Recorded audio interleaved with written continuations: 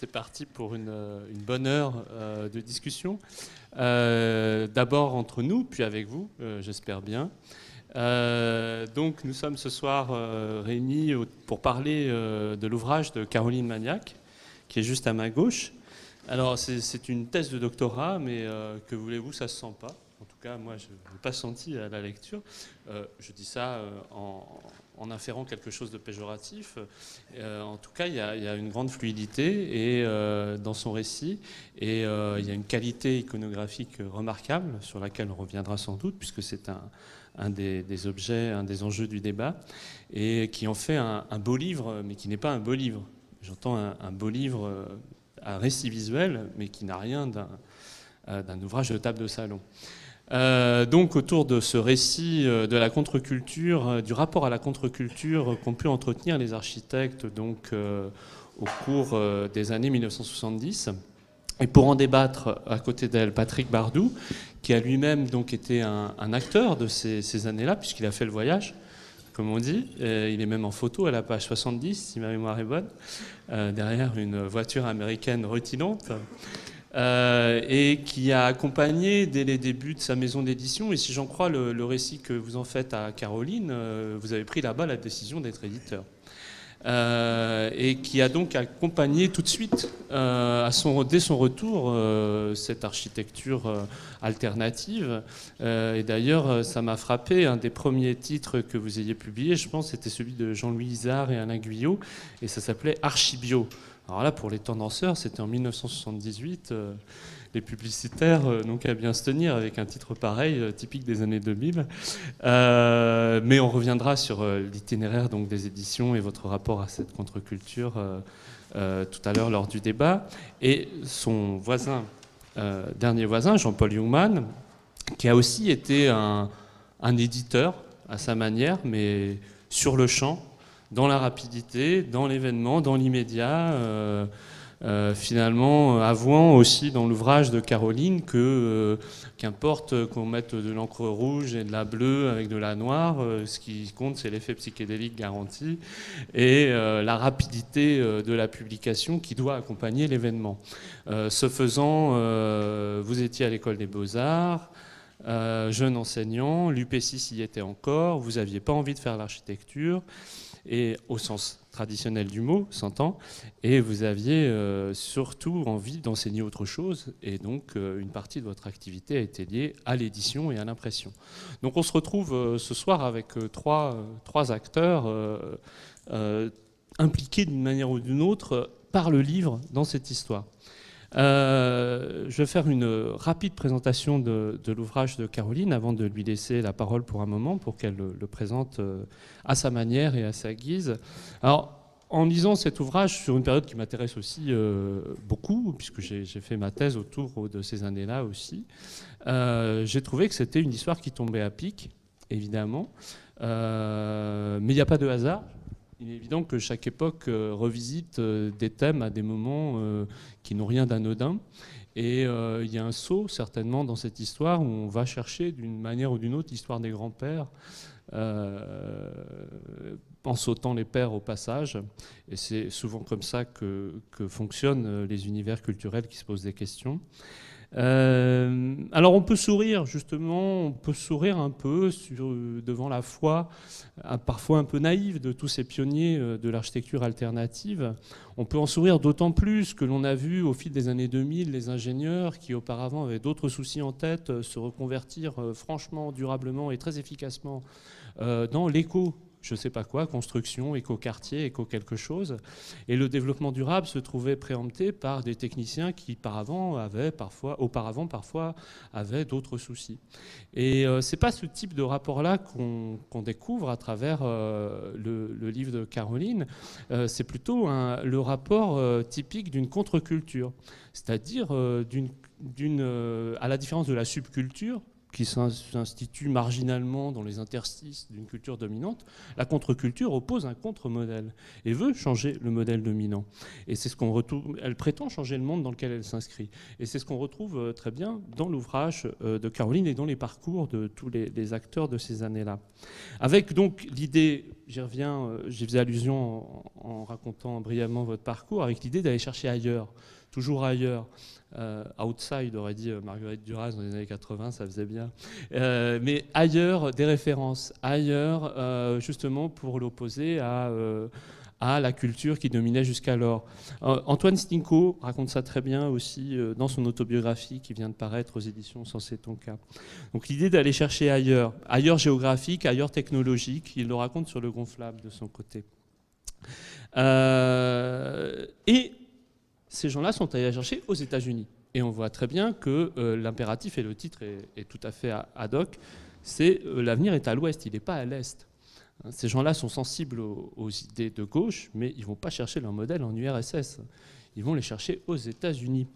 Comme quoi, la bataille idéologique était sans merci. Et l'hégémonie culturelle, pour réemployer des catégories d'analyse de l'époque, est un enjeu fondamental. Et les États-Unis étaient en train déjà de gagner cette bataille de l'hégémonie culturelle, mais par la contre-culture.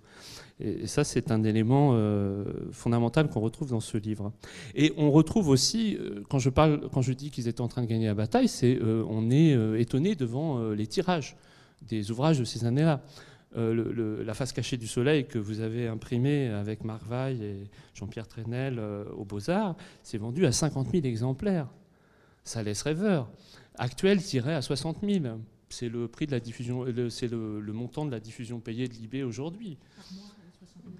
Ça n'a rien d'anodin, 60 000 exemplaires. Hein. Je ne pense pas que la première édition soit... Oui, c'est toutes éditions confondues. Oui, non, mais à l'époque où ça a été publié, La face cachée du soleil, on le tirait nous-mêmes aux Beaux-Arts. Et c'était donc tout à fait restreint. Et la deuxième édition qui s'est faite avec un éditeur, je ne sais pas en quelle année elle s'est faite, mais est-ce qu'on entend bien au fond? On n'a pas besoin de micro. Ah bon, c'est enregistré, Jean-Paul. D'accord. Donc la deuxième édition, elle s'est faite peut-être quelques années plus tard, je ne sais pas. Ou en même temps. Il faut demander à Caroline. Caroline. Non, il y a eu une première édition qui était donc le diplôme d'architecture de Marc Veil et de ses camarades. Et ensuite, il y a eu une seconde édition. Mais il y a eu d'autres éditions successives.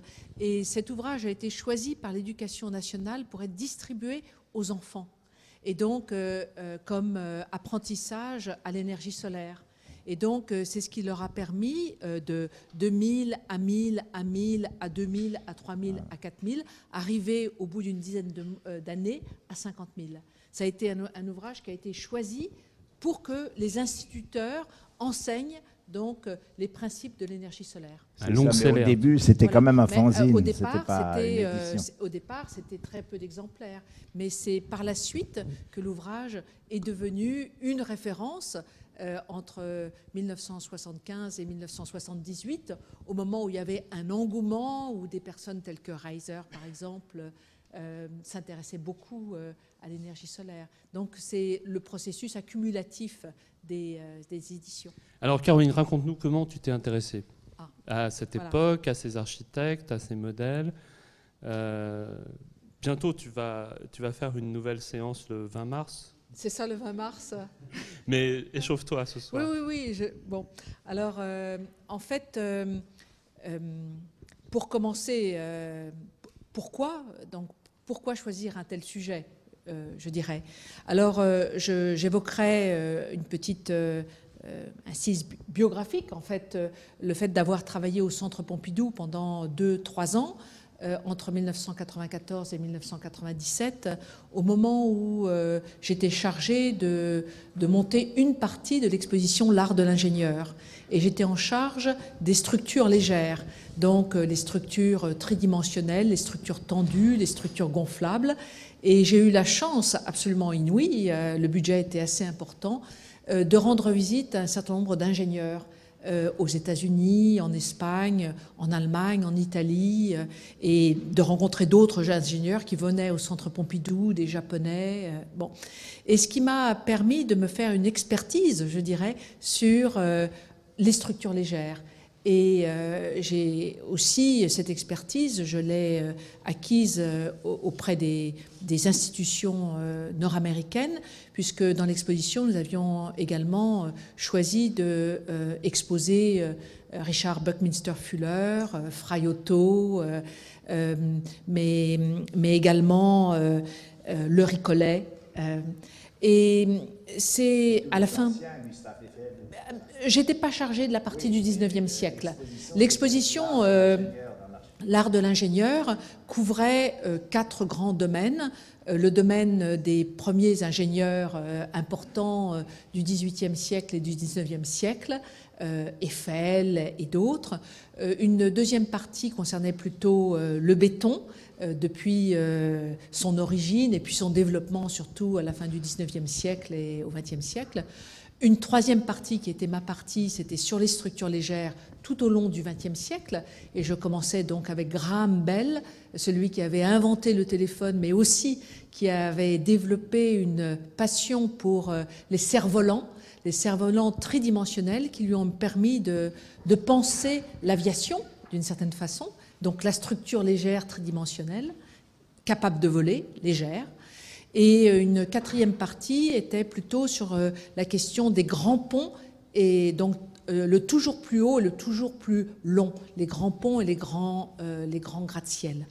Donc tu es rentrée par la technique. Je suis rentrée par la technique. Alors, comment tu es arrivée à la culture? Alors tout simplement, c'est que c'est justement le paradoxe de cette culture, c'est que si on prend un personnage comme Buckminster Fuller, il est à la fois très engagé dans la recherche militaire et très engagé auprès des personnages de la contre-culture. Mais on peut aussi, si on parle par exemple de Walter Bird, qui était le spécialiste des structures gonflables, et ces structures gonflables, comme beaucoup de structures, ont été développées au moment des recherches surtout militaires, payées par les militaires. Et là, c'était pour protéger les radars au moment de la Seconde Guerre mondiale. Il a développé une structure gonflable qui ne faisait pas d'interférence, il n'y avait pas de métal, et donc c'était parfait pour recevoir des informations, que ces radars soient protégés et reçoivent ces informations. Et Jean-Paul, si on fait le compte, dans l'exposition que vous aviez organisée en 1968 à l'Arc, sur les structures gonflables, il y a sans doute plus de pièces militaires que civiles. Oui, tout à fait. Bon, je vais laisser continuer peut-être. Oui, mais c'était... Alors, mais j'ai eu la chance, c'est vrai, c'est une grande chance de pouvoir développer mon expertise sur les structures légères auprès de George David Emmerich, que j'ai eu la chance de voir 6, 7, 8 fois, de grandes séances intenses de 3-4 heures, où il expliquait de façon remarquable toute cette culture, en passant du géodésique à la thessalographie, à tout ce qui peut être des questions de partition de la sphère. Et j'ai beaucoup appris, mais j'ai aussi beaucoup appris de Fry Otto, j'ai beaucoup appris de l'Institut des structures légères à Stuttgart, en allant directement voir les personnes. C'est-à-dire, et je pense que là, je pourrais peut-être faire un petit point d'historienne. Je crois en la vertu du contact direct avec les témoins, je dirais, mais aussi à connaître les lieux où les gens produisent. C'est-à-dire d'aller visiter les ateliers, d'aller visiter les laboratoires et de regarder aussi les archives et les dessins.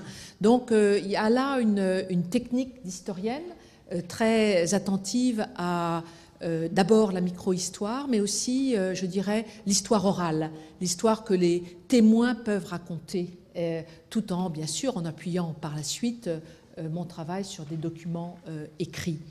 Alors, 3 ans de travail intense, magnifique exposition, avec des documents que j'avais trouvés, par exemple, au fin fond du Long Island, tels que le mât en ségrité de Buckminster Fuller, perdu, oublié, et que j'ai réussi à retrouver, à faire venir à Paris, et que le Centre Pompidou a payé sa restauration.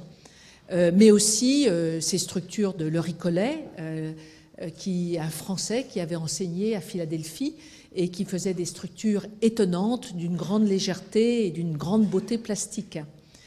Et travail intense, le centre Pompidou ferme.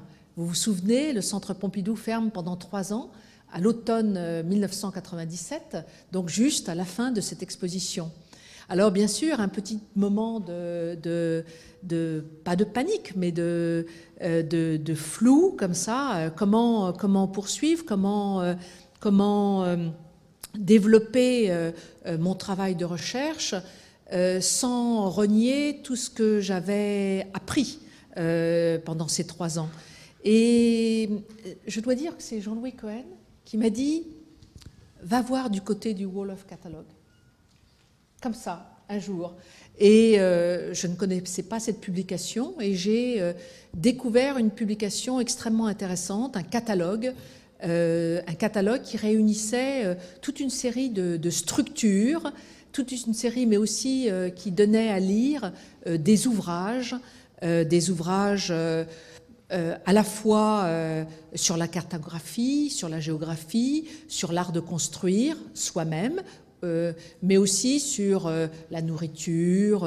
En fait, un catalogue qui permettait aux jeunes gens américains de vivre une vie alternative loin des villes, mais qui pouvaient utiliser cette publication pour commander des ouvrages ou être au courant de certaines techniques.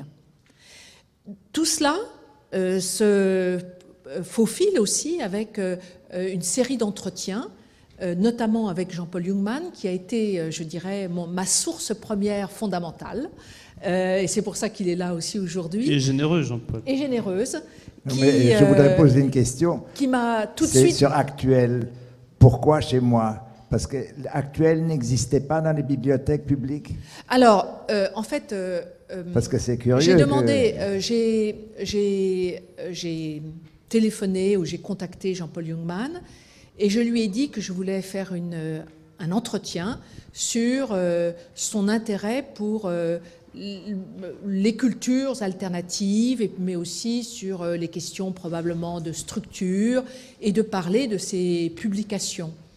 Et donc, je pense que vous avez parfaitement compris ma demande, c'est qu'il a placé sur sa table de la salle à manger toute une série de revues d'architecture et d'ouvrages qui avaient été fondamentales pour sa formation entre 1964 et 1973-74.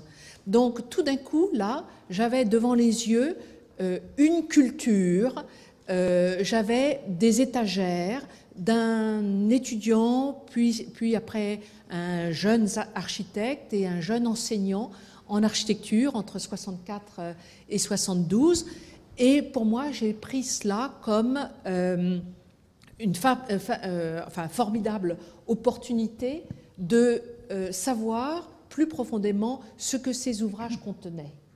Donc, c'est vraiment Jean-Paul Jungmann qui a déjà opéré un choix dans sa bibliothèque. Il a retiré, il n'a pas mis toute sa bibliothèque sur la table. Il a choisi quand même probablement une 50aine de documents. Mais une 50aine de documents, pour un chercheur, c'est ce qu'on appelle un corpus. Et ce corpus, finalement, je l'ai exploité à fond. Et toutes les pistes que Jean-Paul Jungmann, qui n'avait pas fait le voyage en Amérique, je les ai suivies les unes après les autres. Et notamment, il a sorti le Wolof Catalogue. Et c'est chez vous que je l'ai vu. Et vous m'avez dit, j'ai commandé tel ou tel livre du Wolof Catalogue. Donc, vous êtes le premier à m'avoir dit que vous aviez effectivement utilisé ce catalogue. Ensuite, j'ai rencontré d'autres personnes à Paris qui avaient aussi commandé et utilisé le catalogue. Et puis, j'en ai rencontré à Marseille, j'en ai rencontré à Toulouse, j'en ai rencontré à Grenoble.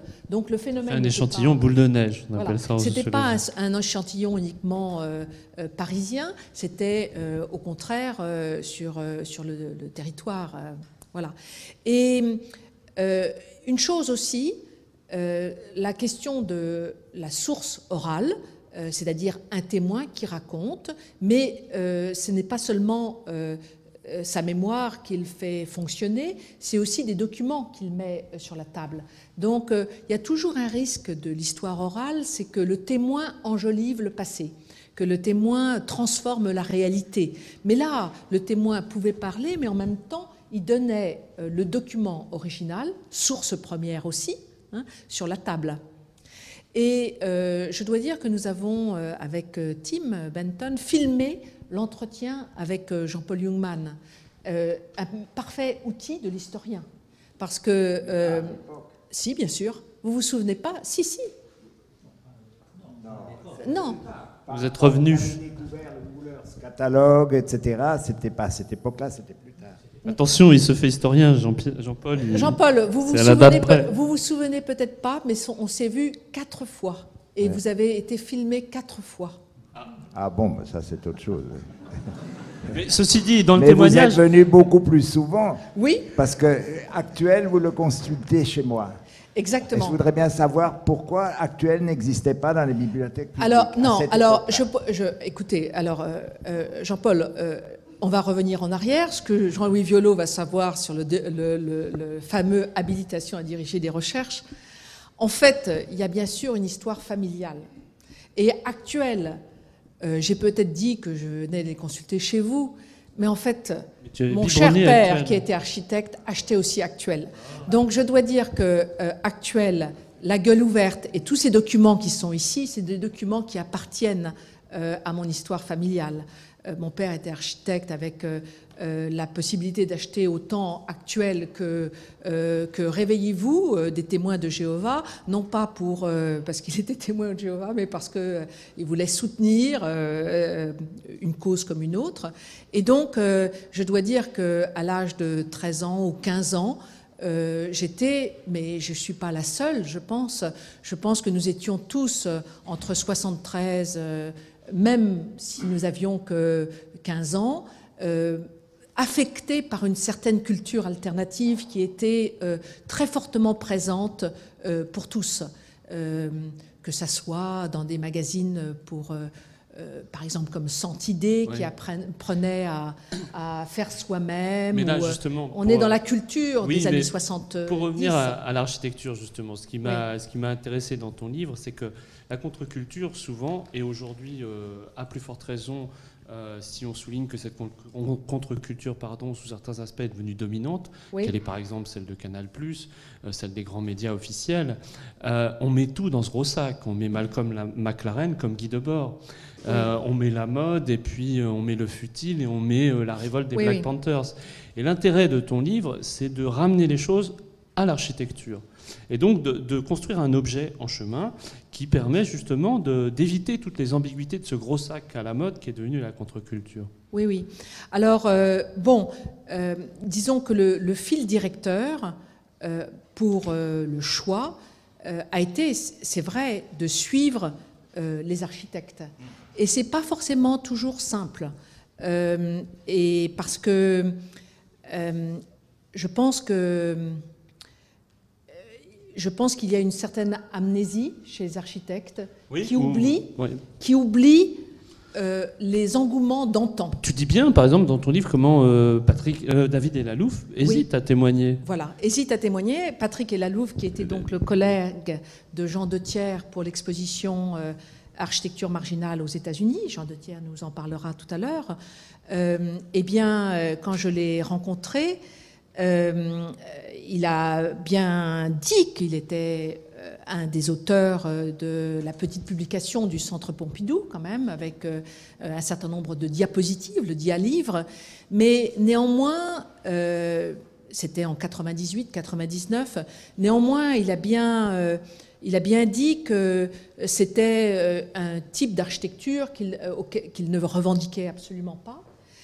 Même si, lorsqu'on lit les articles qui datent de 1975, par exemple, il en parle de façon enthousiaste. Mais beaucoup de choses se passent entre 1975-78, les années 80, les années 90.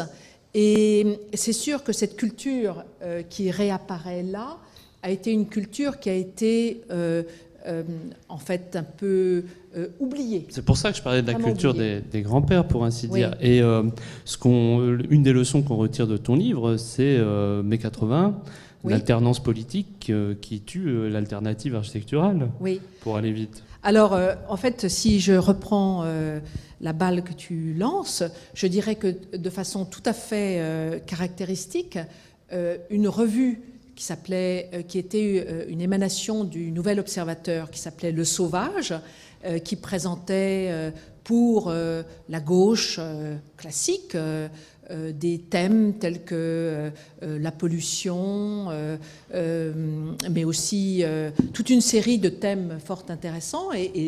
C'était Fournier, je crois. Non, Le Sauvage, c'était plutôt vraiment... La gueule ouverte. Bosquet, enfin c'est vraiment du côté du Nouvel Observateur. Eh bien, en 1981, Le Sauvage s'arrête, comme s'il était impossible ou que la critique du système économique... On peut avoir aussi une interprétation plus matérialiste en se disant, bien voilà, maintenant il faut passer aux choses sérieuses puisque le pouvoir est de notre côté, on arrête les expériences. C'est une possibilité. Mais en la tout cas, gueule ouverte avait la même durée, je pense, l'autre journal. Il y avait Le Sauvage et la gueule ouverte. Elle a eu la même durée. La gueule ouverte, elle s'arrête un peu avant, je pense.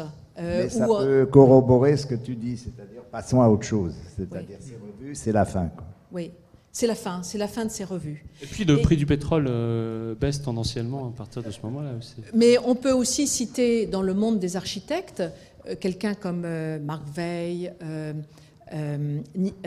Frédéric Nicolas, qui ont une agence d'architecture qui s'appelle aussi La Face Cachée du Soleil. De 1975 en 1978, sont obligés de fermer leur agence. Ils avaient comme... ils s'occupaient beaucoup plutôt du bioclimatique parce que ils font faillite.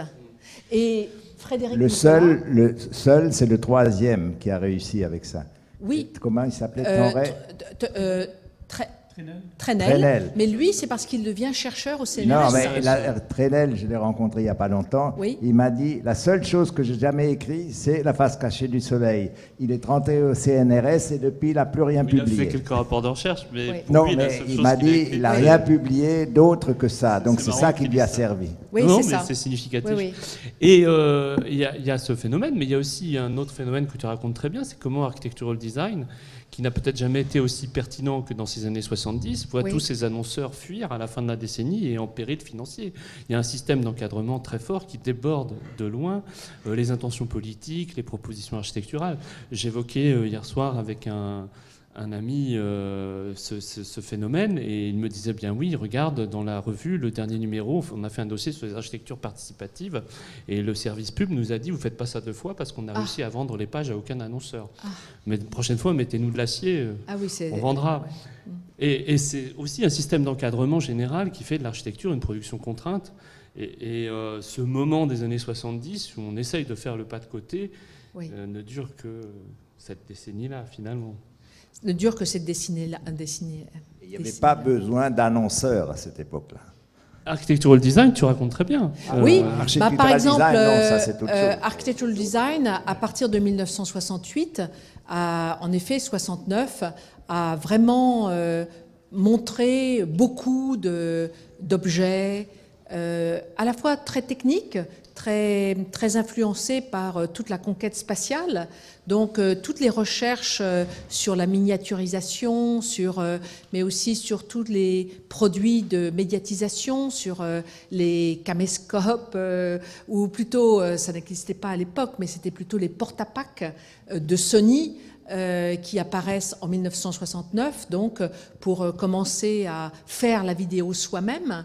Et donc, Architectural Design propose dans une section qui s'appelle Cosmorama tous ces outils technologiques pour que les gens fassent eux-mêmes leur télévision. On est à l'époque où on est déjà, on incite les gens à faire leur télévision, leur radio. Un mouvement qui va arriver en France qu'après 1981, où il va y avoir libéralisation de la radio et la télévision. Avant, nous n'avons pas le droit de faire des radios libres, de faire de radio libre en France. Et donc, ce mouvement-là existait déjà aux États-Unis ou en Angleterre, par exemple. Il n'a rien de naïf, et en effet, tu montres bien qu'il est au contraire très perfectionné et très avant-gardiste, mais il va à l'encontre du système marchand. Aujourd'hui, l'objet le plus intégré que tu puisses trouver, c'est un iPhone. Il n'est pas question de l'ouvrir, hein. Il n'est pas question de bricoler ton téléphone. Voilà. Alors, ce qui est peut-être important, là encore, dans cette culture alternative, mais là où il faudrait prendre ce mot alternative probablement avec des pincettes, parce qu'on peut y mettre beaucoup de choses, c'est un fourre-tout, mais on peut dire qu'il y a une des tendances qui consiste à faire en sorte que l'on puisse maîtriser la technique et que ce ne soit pas la technique qui vous maîtrise. Ouais, ouais. Hein? Donc, en ce qui concerne la construction, mais là, Jean-Paul pourra en parler parfaitement bien, en ce qui concerne l'édition, il est nécessaire que nous apprenions à publier, et c'est ce que Jean-Paul apprenait avec ses étudiants, pour justement avoir les pleins pouvoirs de la transmission, de l'éducation. Alors, et donc, avant que Jean-Paul rebondisse, Patrick Bardot, vous avez pris la décision de devenir éditeur justement après votre voyage, comme dit Caroline, sous-entendu le voyage aux États-Unis. Oui, enfin, en fait, sur cette voie-là, c'est une décision. On est tombé dans une activité. On a découvert une activité qui était passionnante, qui consiste à effectivement à transmettre des informations, à transmettre une émotion, à transmettre quelque chose qu'on vient de découvrir. Comme tu le disais aussi, l'édition, c'est relativement maîtrisable, parce qu'avant d'aller voir un imprimeur, on a commencé par faire des photocopies, enfin, comme tout le monde a dû bricoler. Donc on a photocopié des documents qui étaient agrafés, qui étaient un petit peu mieux reliés, et puis quand la demande était trop importante, je pense qu'on a envisagé, même on a dû acheter une petite Ronéo pour imprimer nous-mêmes. Donc il y avait cette idée, on contrôle le truc, on sait le faire marcher, ça reste, c'est nous qui maîtrisons. Et au niveau de la diffusion, c'était pareil, c'est-à-dire qu'on partait avec un paquet de photocopies, les documents sous le bras, et on allait voir des libraires, on faisait des dépôts, on téléphonait à des étudiants qui étaient dans une autre ville, on leur envoyait ou on leur faisait passer à un moment où on se retrouvait. Il y avait, c'est vrai que c'est très artisanal, mais en même temps... Quel était le contenu de ces... Je vois Hubert Tonka qui nous a rejoint et probablement a-t-il commencé sur les mêmes brisées quelques années plus tôt, avec le même état d'esprit. Alors, Jean-Paul, tu demandes quel était le contenu. Oui, le contenu. Eh bien, on est passé au stade, je veux dire, on est devenu éditeur en 1978, mais avant cela, on est parti en voyage donc en 75-76.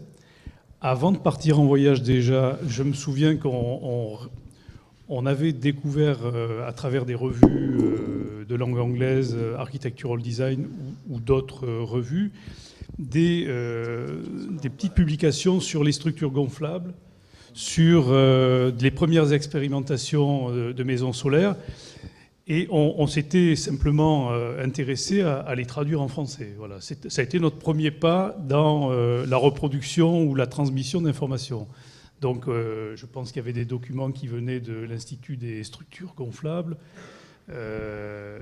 L'idée c'était, on peine à les lire en anglais, ça n'existe pas en français, ben, commençons par les traduire. On les photocopie, on les fait passer aux copains, on en dépose chez le libraire à Marseille qui voit le plus étudié en architecture.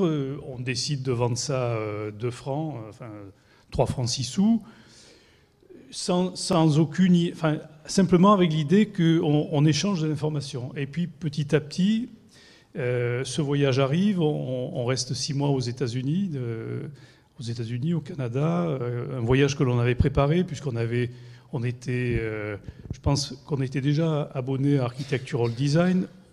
Je pense qu'on était abonné aussi à Dom New ou à Dom Today, qui était une revue spécialisée dans la construction en terre crue qui se faisait dans dans le sud-ouest des États-Unis. On repère des architectes qui font des expérimentations très intéressantes. Donc on commence à construire un voyage avec quelques points de chute. On s'en va. Évidemment, ce voyage est une découverte extraordinaire. Et en revenant, on continue à décliner ces informations avec des photocopies. Et rapidement, la demande est trop importante. On se dit, bon, maintenant, il faut aller, on va aller chez un imprimeur. On va faire un document qui ressemble à un bouquin. C'est un travail très excitant pour des étudiants en architecture de faire une vraie maquette, de faire un objet. Et puis, bon, un soir, avant de le porter chez l'imprimeur, on se dit, bon, il faut mettre un nom d'éditeur. Et le nom de l'éditeur, c'est parenthèse, tout simplement, parce que pour nous, c'était un moment dans notre future carrière d'architecte, un moment passé à transmettre des informations sans avoir du tout l'idée que 36 ans après, je vous parlerai de ça. Et on a avoir continué sur ce sillon-là, puisque le Cratère, par exemple, a publié régulièrement ses travaux chez vous, et c'est resté un des traits distinctifs de la maison. C'est vrai qu'on a suivi les vagues d'intérêt pour le solaire, pour le bioclimatique et pour les techniques, ce qu'on appelait les techniques alternatives.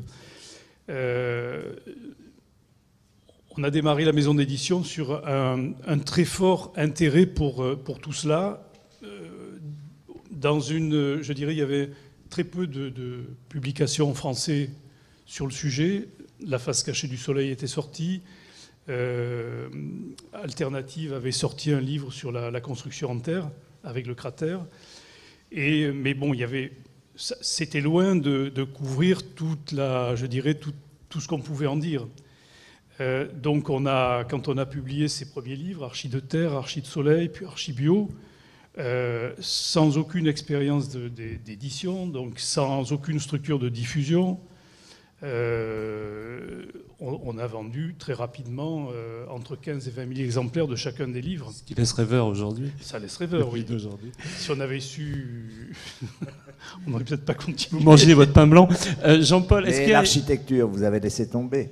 Eh oui. Ah oui, d'accord. Oui, non, on a laissé tomber. Parce que vous étiez aux États-Unis pour de l'architecture. Mais justement, Jean-Paul, je voulais t'interroger. Est-ce qu'il y a une manière d'être architecte en faisant des livres? Est-ce qu'il y a des livres spécifiques liés à ce savoir-là? Là, il faut commencer un peu plus tôt parce que nous, par rapport à ce que disait Caroline tout à l'heure, c'est-à-dire ces ingénieurs, Waxman, Frey, Fuller, Ricollet, Emmerich, etc., nous, c'était notre... c'était ça. Hein. C'est-à-dire, on n'était pas du tout dans le hippisme, l'autoconstruction, etc. C'était que l'on retrouve dans l'ouvrage d'Antoine Stinko, un récit des débuts où il raconte... ça. C'était cette rigueur et cette nouveauté des formes par rapport à ces ingénieurs. Hein. Et par ailleurs, évidemment, c'était l'attrait de la contre-culture, mais sous sa forme livresque, c'est-à-dire toutes ces bandes dessinées, les Griffin, les Baudet, les Ron Cobb, les Crump, etc., qui éditaient au début dans les fanzines qu'ils faisaient, c'était vraiment de l'auto-édition, c'est-à-dire c'était même mal imprimé, les traits noirs étaient baveux sur un mauvais papier, etc. C'est ensuite qu'ils sont devenus des stars. Hein, c'est tout à fait autre chose, c'est-à-dire Giger, le Suisse qui a fait Alien après, etc., ou les Français un peu plus tard, Gottlieb, etc., sont tous devenus des stars de la bande dessinée. Mais au début, c'était ça, c'est-à-dire la publication, l'autopublication et la nouveauté formelle des titres, de la façon de mettre en page, de la façon de disposer les choses, que ce soit Anne Farm ou toutes ces choses-là, c'est ça qui nous sidérait. C'est le côté esthétique pur. On n'était pas tellement intéressé, enfin pour ma part, je ne peux pas en parler pour les autres, on n'était pas tellement intéressé par les architectes charpentiers, bien que ça avait une fascination, c'était très intéressant et très nouveau, mais ce n'était pas notre tasse de thé. Nous, enfin moi c'était Waxman, etc., Frey et ces gens-là. Mais c'était la nouveauté de la présentation. C'est-à-dire quand Archigramme a sorti ses premiers numéros, c'était fou. C'est-à-dire, on disposait tout d'un coup, on avait le droit de mettre des titres en rond, enfin, comme les peintres ou comme des artistes le faisaient sans doute dans leurs publications, mais en architecture, ça n'existait pas, cette façon de présenter les choses. Donc, c'est ces deux éléments, l'esthétique des publications des années 66, 67, 68, et ensuite 70, 71, etc., qui nous sidéraient. Et l'autopublication qui est restée un mode pédagogique, c'est-à-dire l'autopublication, on trouvait ces petites revues. On trouvait aussi Archigramme, mais Archigramme, c'était une édition. Non, je parle d'AD. Archigramme, au début, c'était petite, c'était tout petit, je veux dire, c'était agrafé, c'était rien du tout, ça valait rien. Et il y avait encore des libraires qui les prenaient aujourd'hui, Archigramme, pour ne pas les mettre dans les librairies. Je veux dire, aucune librairie prendrait ce genre de fanzine. Et donc, cette rencontre aussi avec les gens d'Utopie, Tonka, etc., fait que, en tant qu'architectes, tous les trois, on se familiarisait tout d'un coup avec des gens qui écrivaient et qui racontaient des choses. Nous, on dessinait, on ne disait pas, on n'imprimait pas, on ne composait pas un texte, etc. On dessinait. On était des fous de dessin, etc. Donc ça nous a appris un peu ça. Et puis, peu à peu, c'est resté dans notre culture. Et au début, on ne voulait pas du tout enseigner en architecture. Hein, c'était exclu. Donc, je me souviens de la phrase de Baudrillard qui décrivait cette époque, ouais. Cette revue que vous avez confectionnée à ce moment-là, comme coïncidant avec un moment où chacun était sorti de son domaine de compétences particulier. Ah oui, ça nous a demandé un effort inouï de faire des collages, des choses, c'est-à-dire... Voilà, 2 ou 3 ans qui vous ont permis de discuter ensemble. Ouais. Et puis ensuite, chacun est plus ou moins revenu... Tony Garny qui nous a un peu dépucelé sur le plan intellectuel.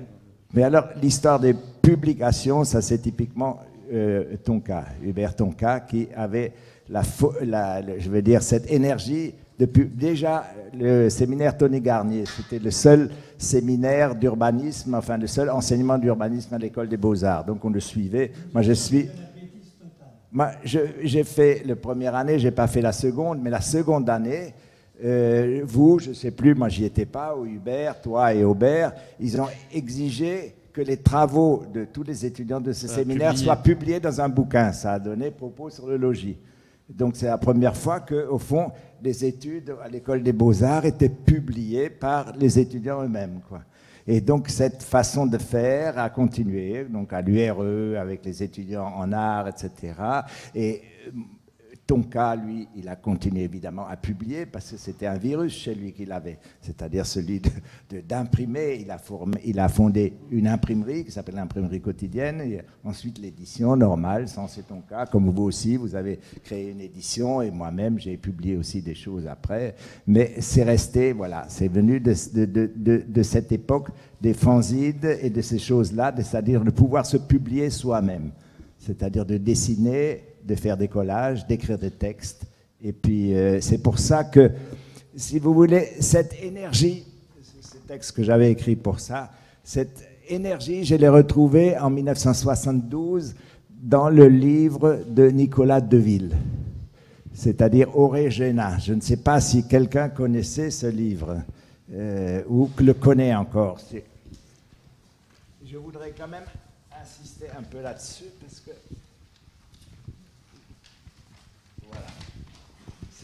il a cette couverture. Je ne sais pas si quelqu'un le connaît. C'est un grand livre de 252 pages, une espèce de pamphlet où Deville a réuni graphiquement tous les grands dessinateurs américains et français. Il reste quelques exemplaires du tirage ici, là, sur la table.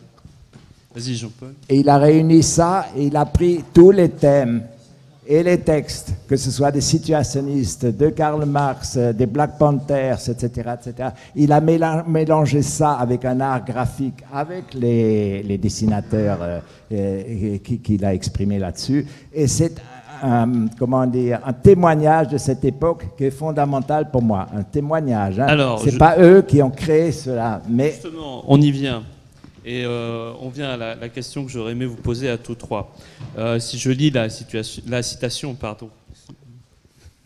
de Nicolas Deville, la dernière phrase de la citation que tu donnes dans ton papier, c'est donc en toute connaissance de cause que je le jette au charognard de la récupération. Alors, la récupération, c'est un vaste sujet. Pourquoi il n'y en a pas eu en France ? Moi, c'est quand même ce qui m'a étonné à la lecture de ton livre et à la lecture de tous ces exemples stimulants pour l'imaginaire. Pour 60 000 dômes géodésiques aux États-Unis. En France, combien ? Je ne sais pas. Quelques dizaines. Quelques dizaines, bon. Oui. Une péniche, bateau, des cabanes, la Jus et machin, j'ai oublié son nom. Oui. Morios, 2-3 exemples ici ou là d'habitat alternatif, mais pas grand-chose. Pourquoi ? Oui. Pourquoi alors, ça a raté ? Bon, alors, je voudrais juste dire que, bien sûr, le voyage aux États-Unis n'est pas forcément seulement un voyage vers l'alternative. C'est-à-dire que l'Amérique avait d'autres choses à offrir. Et les architectes qui allaient là-bas pouvaient à la fois se baigner dans la folie new-yorkaise ou voir des bâtiments formidables tels que le siège de la Fondation Ford, par exemple, qui était extrêmement important dans les années 60, fini en 1966, de Kevin Roche. Ou bien, bien sûr, les architectures de Louis Kahn, qui étaient très, très appréciées en France, et d'autant plus par Bernard Huet, qui fera un stage à Philadelphie. Puis Wright aussi était une référence, Wright était une référence, Soleri, et à chaque fois, il y a ce que j'appelle des ambassadeurs, des personnes qui ont fait le voyage et qui revient avec des bagages pleins d'ouvrages ou pleins de mémoires. Et par exemple, tout au début de mon travail, quand j'ai commencé, je suis allée interviewer un architecte à Bourges qui a été le premier directeur de la Fondation Le Corbusier, Gimonet,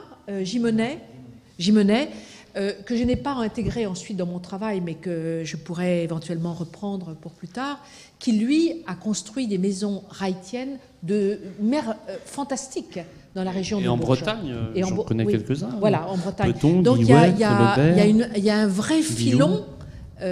filon du thème wrightien en France. Oui, il y en avait déjà eu un dans les années 20 en Hollande, après l'édition de la magnifique publication Wasmuth, donc à la fois en Allemagne et en Hollande. Mais il y a un vrai filon wrightien dans les années 50 avec des numéros fantastiques de l'architecture d'aujourd'hui sur l'architecture en France, avec justement des wrightiens de très forte qualité. Le filon alternatif que je dis en termes de typologie, je dirais que c'est à la fois un intérêt pour l'architecture solaire, pour les structures légères, et puis aussi pour des architectures de recyclage, c'est-à-dire l'idée de reprendre des matériaux qui ne sont plus employés pour construire des bâtiments, ça peut être des maisons, ça peut être des hangars. Il faut faire attention à ça parce que le do-it-yourself pourrait devenir le low cost sous les auspices de la crise. Mais oui. Faites-le vous-même en récupérant. Oui, d'ailleurs, je dois dire que l'idée alternative dont tu parles et qui arrive au moment de crise, c'est un phénomène qu'on pouvait aussi constater dans les années 30 aux États-Unis. C'est-à-dire que ce phénomène alternatif, il arrive à la fin du 19e siècle, il arrive dans les années 30, il arrive... il est récurrent. Oui, c'est un serpent de mer. C'est un serpent de mer. Et donc, mais plus fondamentalement, il y a aussi un intérêt pour...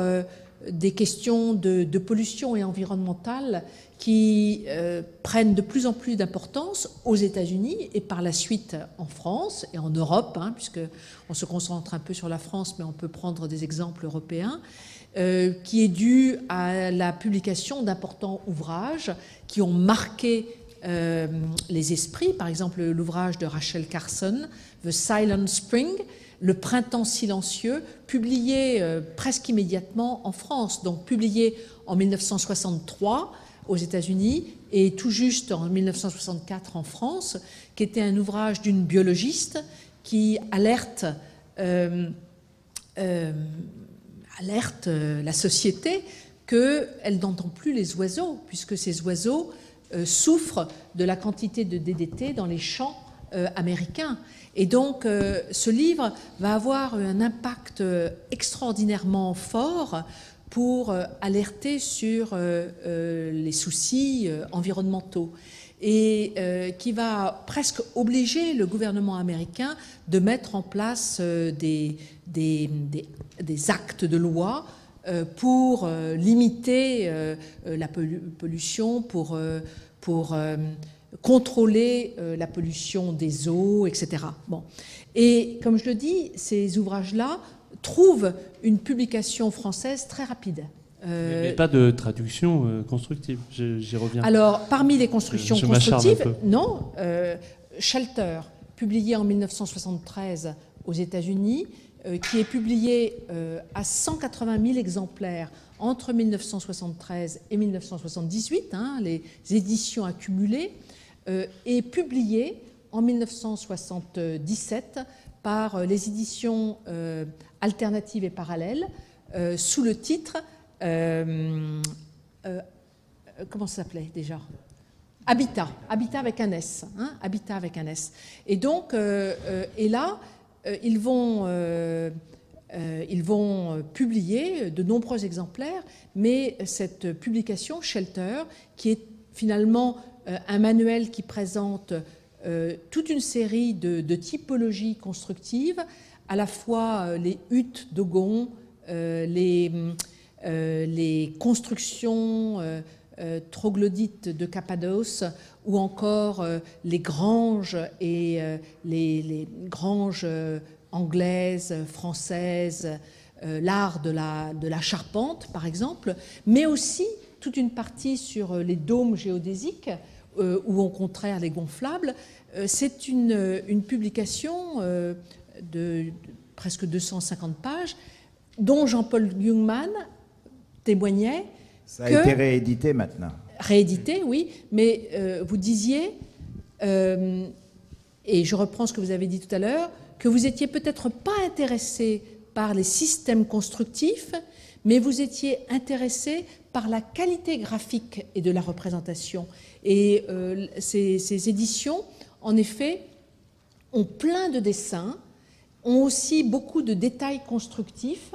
Et vous disiez, nous apprenions beaucoup de ces ouvrages par la qualité graphique des dessins simples, mais c'était ce qui vous attirait dans ce type de publication. Patrick, pardon. Oui, mais la question de Jean-Louis, oui. C'est comment se fait-il que toutes ces informations, toutes ces expériences que nous sommes allés voir, oui, n'ont pas donné grand-chose ici de concret, c'est ça? J'ai une petite hypothèse, j'allais pour oui. ensuite. Moi, pour nous, oui. Mais totalement fausse idée. On va élargir et je penserai à vous. Alors. Mais je pense que Jean de Thiep dit que c'est faux parce que, en matière de construction en terre, par exemple, le voyage, nous l'avons fait avec Hubert Guillot, qui a été responsable du cratère. Donc, voilà, cofondateur. Donc, on est parti 6 mois avec Hubert. Lui n'est pas devenu éditeur. Il a choisi une autre. Ils ont publié, oui. Oui, mais leur expertise sert à la fois pour la restauration de bâtiments anciens en terre et pour aider des réalisations de contemporaines en terre crue. Bon, mais si on monte en généralité, on passe à un autre type d'explication. C'était 75, donc la publication. Oui. 77, c'est le passage de l'aide à la pierre à l'aide à la personne. Hein, c'est Raymond Barre, c'est le pavillonnaire, et on sait que la maison, c'est d'abord un prêt bancaire. Bon. Alors, je pourrais avoir une petite explication pour Oui, ajouter. En effet, beaucoup de dômes se sont construits aux États-Unis pour tout type d'abri. Ça pouvait être pour ranger ses outils, ou ça pouvait être pour, en effet, faire l'expérience d'une vie communautaire. Donc, c'était à la fois facile à monter, convivial dans la construction. On pouvait demander 3 ou 4, 5 copains, et en quelques jours, on pouvait monter ces dômes et les recouvrir de plaques ou de tôle ou de bois. Bon, alors, on pourrait dire pourquoi ce phénomène-là ne s'est pas passé de la même façon en France. Alors, je pourrais tout simplement dire qu'au moment du retour à la terre, parce qu'il y a eu vraiment ce moment-là, un mouvement assez important, autour de 1971-72, au moment où il y a eu une sorte de déception politique qui s'est abattue un peu sur la France, où un certain nombre de jeunes gens n'avaient plus vraiment le sentiment qu'ils étaient nécessaires à la société urbaine. Il y a donc eu un vrai désir de réoccuper des territoires un peu abandonnés, les Cévennes, la Dordogne. Oui, mais ils n'ont pas adopté l'esthétique. Non, justement, ce qui s'est passé, c'est que dans là, quelques messieurs trop tranquilles. Non, mais ils trouvaient très facilement des fermes à occuper, parce qu'il y avait tout un habitat de fermes, très belles fermes en pierre, etc., qui n'étaient plus, qui étaient possible d'acheter pour une bouchée de pain. Et donc, tous ces jeunes gens n'ont pas eu la nécessité de construire, ils ont eu la nécessité de restaurer. Et ils se sont mis, et justement, le numéro de l'architecture d'aujourd'hui, de 1975, qui s'appelle Architecture douce, qui parle des exemples américains, des exemples même d'architectes comme Sim van der Heijn ou d'autres. Marie-Christine Gagneux, qui était donc la journaliste et architecte, et qui avait été aux États-Unis, qui avait fait un master à Yale pendant 2 ans. Elle fait cet article sur les jeunes gens en Dordogne, dans les Cévennes, et elle documente l'effort de restauration des maisons qui sont là. Donc ça peut être une explication pourquoi il n'y a... Et puis aussi, de quand même... structures temporaires comme les dômes. Il y a quand même aussi l'histoire des lois et l'impossibilité de construire des choses bizarres en France. Et donc, il y a toujours quelqu'un qui dira « mais ça, vous n'avez pas le droit, il n'y a pas de possibilité, votre permis de construire n'est pas acceptable ». Et alors qu'aux États-Unis, les jeunes gens qui allaient construire n'hésitaient pas à construire assez loin de toute zone habitée, où à ce moment-là, on ne leur demandait pas un permis de construire. Oui, j'ai lancé ça comme une boutade, je pense que faire soi-même, do it yourself, oui, etc., n'a rien à voir avec la commodité de construire ou avec l'économie de moyens. C'est une pure esthétique pour nous. C'est-à-dire, on acceptait toutes ces maisons de shelter, etc., pour leur esthétique, mais pas du tout pour essayer de construire cause, simplement. Pour loger le plus grand nombre. Ça n'a rien de... Le plus simplement possible. C'est de la culture pure, ça n'a rien à voir avec la construction. D'ailleurs, on n'a jamais construit des choses de ce type-là. Oui. Et peu de gens ont construit en France parce qu'ils acceptaient le fait culturel. Voilà. C'est-à-dire, c'était très beau, les barges américaines, les maisons des charpentiers, sauf, je voudrais bien écouter un peu... Mais justement, on va passer la parole à la salle. Parce que je voudrais savoir un peu ce que tu penses de tout ça. Dis, qu'en dis-tu? D'abord, moi, je voudrais féliciter Caroline d'avoir mené à bien cette étude qui est quand même... C'est le premier livre en français dans le monde francophone sur ce fantastique mouvement Ouest-Est. Bravo d'être passé aux recherches, à la thèse, à ça. Et bravo à Patrick d'avoir été le premier éditeur francophone au monde à avoir édité de l'architecture bio, de l'architecture solaire et de l'architecture de terre dès 1978. Et puis bravo à toi pour avoir su, en contrepoint de la terre, utiliser de l'air et du vent. Non, architecture marginale, ça date de quand cette exposition? Justement, je vais en parler. Donc l'idée a été évoquée tout à l'heure sur un double aspect qui m'a vraiment stupéfait. C'est qu'il y aurait eu à partir des années 80 un certain déclin cul-de-sac de toutes ces idées dynamiques qu'on avait captées aux États-Unis. Et puis en plus, tu as évoqué une autre chose qui m'a vraiment choqué, 81, la gauche arrive au pouvoir, donc cul-de-sac. Alors il y a les exemples troublants de Sauvage et de l'autre vue qui s'arrêtent à peu près. Mais alors l'idée que ça soit un cul-de-sac et un arrêt me semble radicalement contraire à la vérité historique. Alors je vais donner trois exemples. Cul-de-sac, je pensais juste que les gens sont passés à autre chose. Et peut-être aux choses sérieuses. Ce n'est pas vrai. Les gens, je pense que les gens... Les mêmes acteurs, hein, pour certains. Je pense que des personnes et des groupes ont su et ont eu l'intelligence de capter ces idées qui venaient des États-Unis, certaines d'entre elles, pas toutes, de les transférer dans une intelligence européenne, de les développer considérablement, et même parfois de leur donner une vocation universelle. Alors, je prends... bon, d'abord, je donne le contexte. Hein. Moi, j'ai travaillé 5 ans au Maroc, après mes études à la Cambre à Bruxelles. J'arrive à Paris, je travaille 3 ans pour un promoteur social et j'entre au Centre Pompidou en 75, c'est François Barry qui me recrute. Donc 2 ans avant l'ouverture du centre. Et il me dit, le lendemain, je veux ouvrir une expo d'archi dans 4 mois. Avec un budget dérisoire, aucune équipe, rien. Pourquoi ? Parce que je veux que le CCI, qui était le département en charge de l'architecture, qui était depuis lors kidnappé par le musée, le Centre Pompidou avait initié une idée radicalement nouvelle dans le monde des musées, c'était de faire une préfiguration, une phase de préfiguration de 2 ans, pour que le public et la presse voient ce qu'étaient les idées porteuses du Centre Pompidou. Puisqu'il y avait beaucoup de polémiques sur l'institution et le bâtiment, donc il a été décidé de conquérir ce terrain sur la thématique de ce qu'on voulait faire. Et donc Barré m'a demandé de faire une exposition immédiatement. Et si vous voulez plus de renseignements sur toute cette histoire, je vous conseille de lire le dernier numéro de Criticat, où en effet bon, j'en parle un peu. Relaté. Et donc, comme je revenais d'avoir passé entre le Maroc et la France 1 an aux États-Unis, j'ai dit, j'ai vu ce qui se passait là-bas, très bien, allez, faisons ça. Et l'argument était simple. Le Centre culturel américain à Paris était un lieu très dynamique, bien qu'il était le lieu officiel de l'ambassade, pour faire connaître en France la contre-culture dans certains domaines. La BD, la musique, la chanson, la poésie, etc., etc. Il n'avait jamais traité l'archi. Donc j'ai proposé ça, et ça s'est fait incroyablement vite.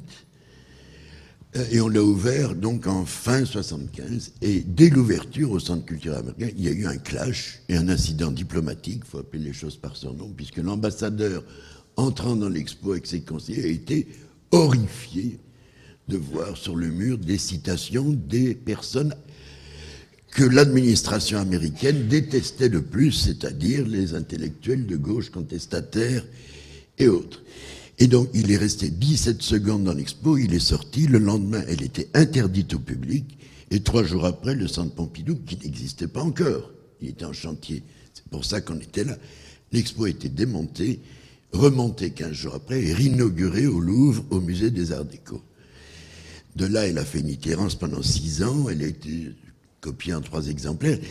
Et cette exposition s'est trouvée la première à véhiculer à travers toute l'Europe. Elle a fait 27 étapes en Europe pendant les 5 ans, dans 8 pays, dont le Canada, à véhiculer ces idées, ces ferments de l'autoconstruction américaine, puis les idées qui étaient autour, la philosophie, l'éthique, mais aussi le culte des matériaux naturels que tu n'as pas cités, c'est-à-dire la terre, évidemment, le bois avec les charpentiers, et surtout, pour la première fois au monde, la notion qu'un architecte ou qu'un constructeur réunisse 2 ressources fondamentales, la terre et le soleil, ce que les Américains appellent solar adobe, c'est-à-dire des maisons construites en terre crue avec captage solaire. Bon, moi j'avais vu ça au Nouveau-Mexique, à la fois ce que faisaient les hippies, les contre-cultures, les communautés, mais aussi les architectes. Prédoc a été le premier architecte au monde à construire un quartier de 80 logements de grand luxe, entièrement en terre, à Albuquerque, pour des avocats, des notaires, des architectes, etc. C'est une première mondiale dont on ne parle jamais, qui elle-même m'a inspiré après la construction du premier quartier européen d'habitat social que j'ai initié avec le Cratère un peu plus tard. Bon, donc cette exposition, et d'ailleurs tu en parles pas mal dans le livre, bon, ça s'est avéré être un ferment étonnant. Alors, deuxième exemple maintenant, puisqu'on fait, on rend hommage dans cette maison à François Skeuten, je voudrais évoquer son frère, qui a fait les 4 premiers albums de BD avec lui, puis qui a décidé de mener sa vie d'architecte tout seul. C'est Luc Skeuten, qui est aujourd'hui bien connu par ses utopies urbaines dites la cité végétale. Je vous conseille d'aller voir son site. En 81, il inaugure dans la banlieue de Bruxelles la première maison écologique de Belgique, qui est directement inspirée des charpentiers américains, qu'il a été voir là-bas, et qui, c'est quand même intéressant pour montrer que tout ça n'est pas un cul-de-sac, est en cours de classement comme monument historique au même titre que la maison de Horta à Bruxelles. Oui, mais c'est dans l'exceptionnel. Non, pas du tout. Je dis pas. Pas du tout. Alors, je vais donner un exemple qui est beaucoup plus... Alors, maintenant, pour la Belgique... Moi, j'ai un exemple, en revanche, à vous fournir, qui montre que ce n'est pas toujours j'en finis avec de la l'exceptionnel dont il Je s'agit. ne veux pas cultiver ma fibre régionale de là-bas, mais le plus bel exemple de l'influence de l'autoconstruction aux États-Unis, l'IFA lui a rendu hommage ici même il y a quelques mois. C'est monsieur et madame Kroll. Ils ont fait toute leur vie sur l'autoconstruction. Précisément, c'est lui que j'avais en tête. Okay. Quand je suis allé voir l'exposition au lieu unique il y a un an, j'en suis ressorti et je pensais bien connaître son œuvre. Et j'en suis ressorti en me disant, mais je ne pensais pas qu'il avait autant construit. Eh ben oui, ben voilà. Et oui, mais pourquoi... Mais en Belgique, voilà. on ne la ramène pas. Mais c'est ça le problème. Mais pourquoi ne montre-t-on pas toute l'œuvre de Lucien Kroll? Pourquoi Parce qu'en Belgique, on favorise le culte de l'autodérision. Bon, maintenant, je voudrais parler brièvement de l'exemple le plus fulgurant. C'est évidemment celui du développement des architectures de terre. Dans l'exposition que j'ai faite à Paris, là, en 1975, j'avais montré un certain nombre de maisons faites en terre par certains hippies, communautés et autres, et d'autres architectes. Bon, moi, c'est devenu ma passion après. J'en ai fait une grande expo que j'ai ouverte en 80 à Beaubourg, qui était des architectures de terre ou l'avenir d'une tradition millénaire. Donc c'est un hommage à cette naissance. Parce que qu'est-ce qui s'est passé aux États-Unis? D'une part, ils avaient une tradition, celle des Indiens, les Pueblos, mais qui était tombée dans l'oubli et méprisée. Et cette nouvelle génération de jeunes l'a revalorisée et l'a actualisée. C'est ce germe-là qui est venu ici. Et donc, contrairement à ce qu'il a été dit, non seulement en 80, ça ne s'arrête pas, mais ça s'amplifie, 1, et 2, ça s'institutionnalise, phénomène dont personne ne parle. Jusqu'ici, tout ce qu'on a évoqué, c'est des individus, des groupes informels. Non, je pense que quand même, il y a un aspect qui est très important en France par rapport aux États-Unis, c'est que le gouvernement français, je dirais, a soutenu des recherches sous forme des équipes de recherche, justement, et qui ont pérennisé, je dirais, les recherches alternatives. Je citerai par exemple le laboratoire de Toulouse, le Gréco, le laboratoire de recherche au sein des écoles d'architecture, le laboratoire ABC, qui s'occupe de toute la question climatique, et bien sûr le laboratoire, au départ ça s'appelait équipe de recherche à Grenoble, avec justement Hubert et le Cratère. Et donc, et puis je pourrais dire qu'il y avait également des enseignants dans les écoles, dans les unités pédagogiques en France, qui ont transmis et enseigné cette culture. Je rappellerai par exemple à Paris-la-Villette, d'abord vous, je pense que vous enseignez de façon... Vous, oui, je pense, n'est-ce pas, à Paris-la-Villette, et vous faisiez des choses remarquables, mais aussi Georges-Marie Alexandrov, qui avait un enseignement qui était où venaient beaucoup d'étudiants venant de nombreux pays, pour suivre leur enseignement.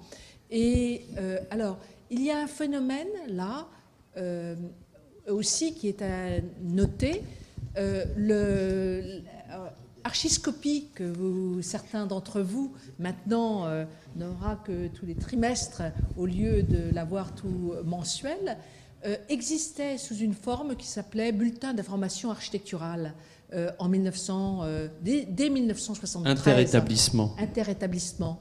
Et donc payé par le ministère de l'Équipement et qui a fourni de l'argent à David et Lalouf, je crois.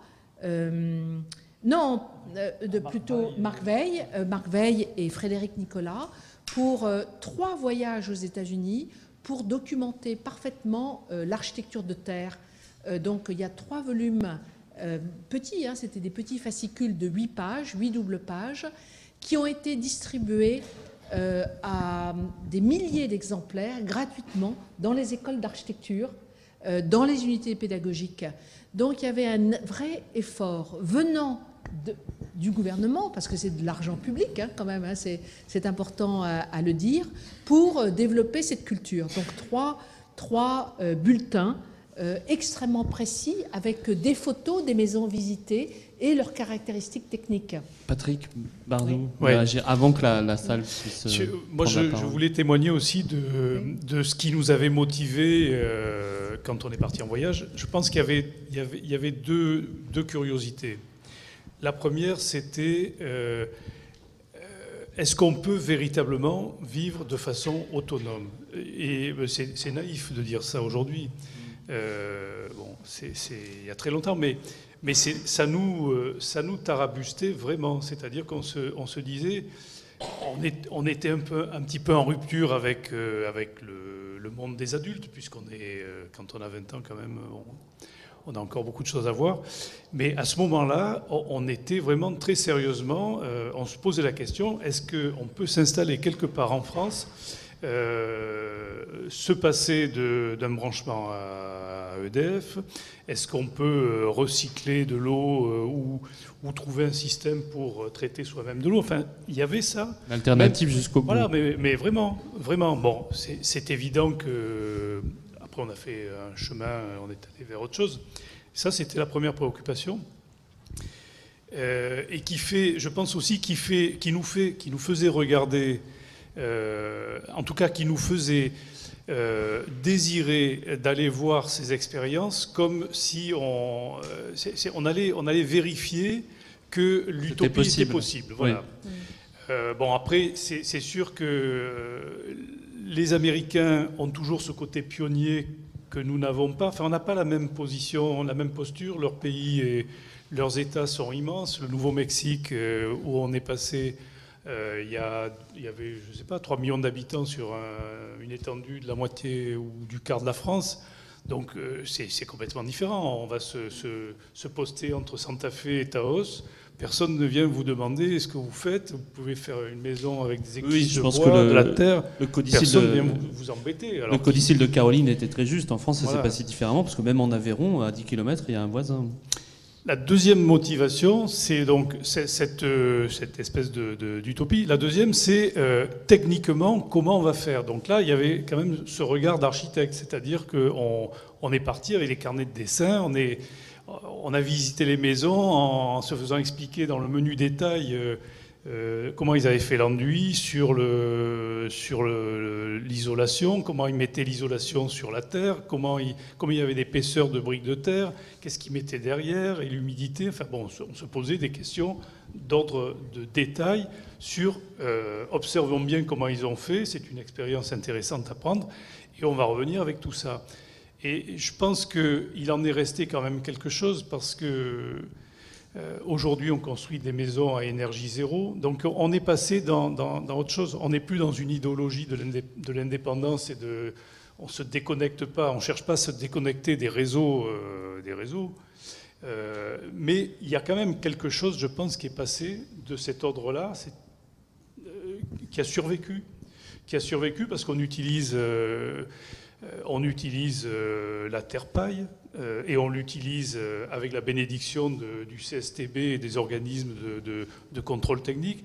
Donc il y a aussi l'administration et tout ce qui contrôle la construction a fait sa mutation. Donc quelque part, on peut aujourd'hui construire avec des matériaux qu'on n'aurait jamais pu imaginer il y a 30 ans. Enfin, ou en tout cas qu'on allait voir...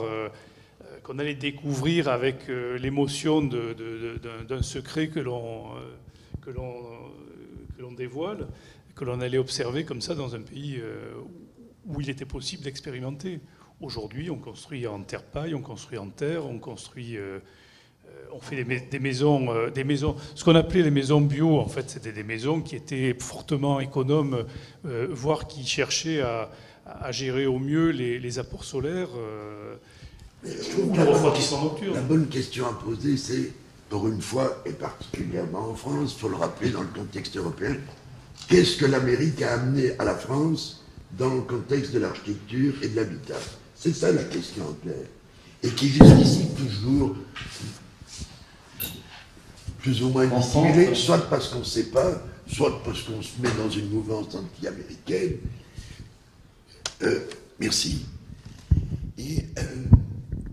mais je crois que d'abord, et paradoxalement, alors que nous étions en pleine période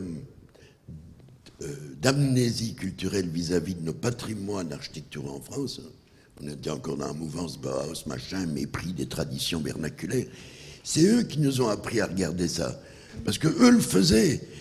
Tous ces jeunes Américains, ils découvraient, ils admiraient l'architecture traditionnelle en bois, à San Francisco ou ailleurs, l'architecture en terre du Nouveau-Mexique. Et ils se sont dit, mais c'est malin, c'est plein de bon sens, ben on va le faire, on va l'actualiser, et puis on va ajouter les gadgets, et puis du solaire, etc. Ils nous ont appris à retrouver notre propre patrimoine. C'est quand même extraordinaire. Et deuxième chose, je pense qu'on commet une erreur si on essaye de comprendre ce phénomène uniquement États-Unis, enfin essentiellement Sud-Ouest, France. Moi, je trouve que la France a été une plateforme et les mouvements, cette influence américaine, elle s'est manifestée en France, je vais y revenir, en Belgique, en Allemagne énormément, en Suède et en Scandinavie, sous d'autres formes. Chacun, dans chaque pays, a capté dans l'Amérique des choses différentes. Les Suédois, les Scandinaves, ils ont retenu l'idée écologique et ils sont leaders là-dedans depuis cette époque. Les Allemands, ils ont pris autre chose. Comme la France, ils ont capté l'idée technologie alternative, la Terre, chez eux et dans le tiers-monde. Puisque l'expérience cratère en France, bon, maintenant ils sont leaders mondiaux dans cette recherche, mais il y a 30 ans, le cratère était synchrone avec la création à Cassel d'un centre similaire. Et puis ce qu'on ne dit jamais, c'est que ce qui s'est passé au Maroc et qui se passe aujourd'hui au Maroc, par exemple pour le renouveau de l'architecture en terre, est passé par la France. Quels sont les premiers architectes et ingénieurs qui ont construit en terre au Maroc? C'est des Français et des Belges, c'est l'ingénieur Alain Masson, c'est Jean Hensens, qui ont importé des États-Unis via la France les nouvelles pratiques de l'architecture en terre au Maroc qu'on a découvertes localement. Et on aboutit comme ça, pour revenir à chaud dans l'actualité et pour bien prouver que tout ça n'est pas un cul-de-sac, un phénomène incroyable. Les expositions universelles, on sait que ça existe depuis 1851, les Anglais ont commencé. La prochaine, c'est à nos portes, c'est à Milan, ça ouvre dans 3 mois. Alors, il y a un phénomène incroyable, c'est que c'est le Maroc qui va construire pour la première fois dans l'histoire des expositions universelles son pavillon national entièrement en terre crue. Donc, et pour ce faire, ils prennent le meilleur architecte du pays. Des réactions à ce panorama international. Oui. Et il y a une autre question de l'autre côté. Et ma foi, j'espère aussi fort que vous, que ce ne soit pas un cul-de-sac, hein, qu'on s'entende bien. Oui.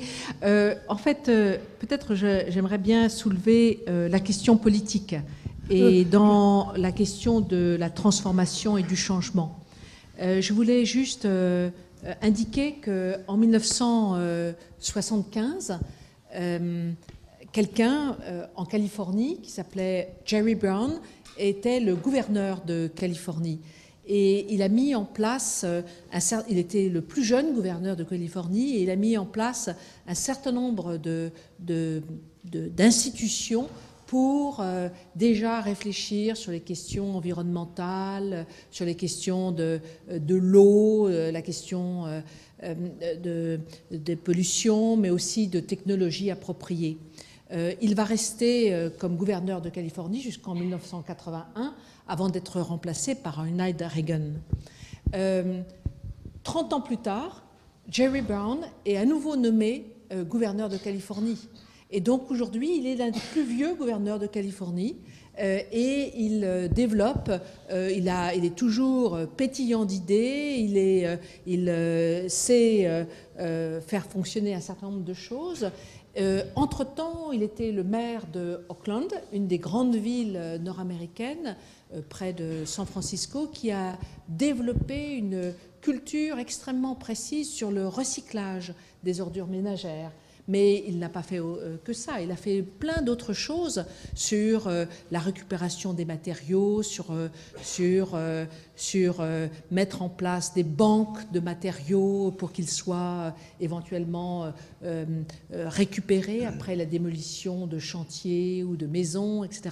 Mais donc, tout à fait. C'est que l'histoire n'est pas finie. L'histoire n'est pas finie, Jamais. mais surtout le le levier politique pour qu'il y ait des transformations sociétale est extrêmement important.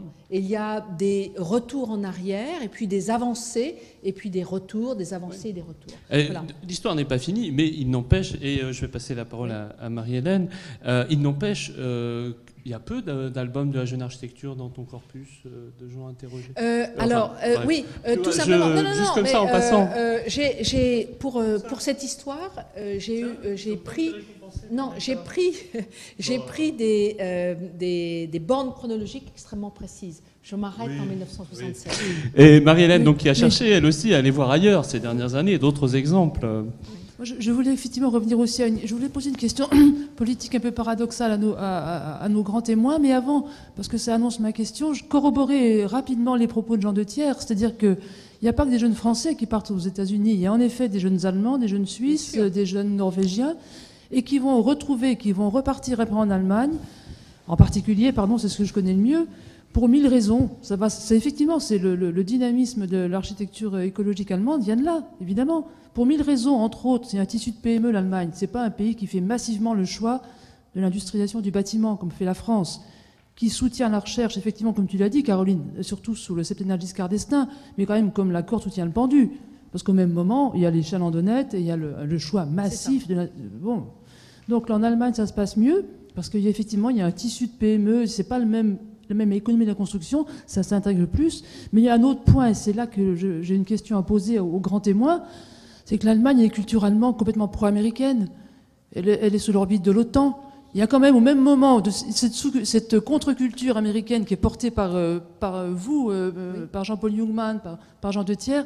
Au même moment, les élites françaises, enfin les avant-gardes françaises sont aussi profondément anti-américaines. Comment ça s'est géré, ça, le Vietnam d'un côté et puis Brezhnev de l'autre? Oui. Alors, non, mais ça, c'est un point extrêmement important, bien sûr. Il y a toute cette ambiguïté de la société française contre les États-Unis. Et les États-Unis, d'ailleurs, avaient tout à fait compris qu'il fallait qu'elle opère un charme pour justement essayer d'attirer les élites françaises à apprécier, ou européennes, à apprécier. Et justement, c'est ce que je développe un peu dans cet ouvrage, que la contre-culture, en attirant des jeunes gens intéressés par la musique, par des formes alternatives et puis aussi peut-être par l'architecture, pouvaient trouver peut-être quelque chose qui pourrait les intéresser aux États-Unis. Donc il y avait ce jeu diplomatique, puisque c'est un jeu diplomatique, ça s'est matérialisé par des bourses de recherche, ça s'est matérialisé par des expositions comme celle de architecture marginale aux États-Unis, qui ont été... L'ambassadeur était un piètre stratège. Oui, il faut oui. Mais néanmoins, il s'est passé énormément de choses entre 1966 et 1975 à Paris et en Europe sur la culture alternative et sur aussi l'avant-garde culturelle nord-américaine. L'autre grand American Center qui a été placé boulevard Raspail a fait quand même, nous a fait tous connaître Bob Wilson, Caroline Carson, John Cage, Merce Cunningham et bien d'autres. Et bien sûr, avec bien sûr tout l'assentiment du gouvernement américain qui finançait les voyages de ces artistes de tout ordre. Et aussi... alors, la question, parce que mon travail est aussi, je travaille vraiment sur la question des transferts.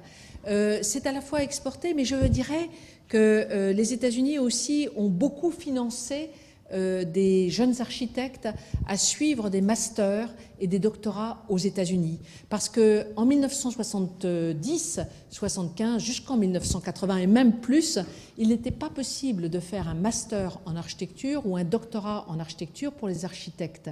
Et donc, ils sont allés français.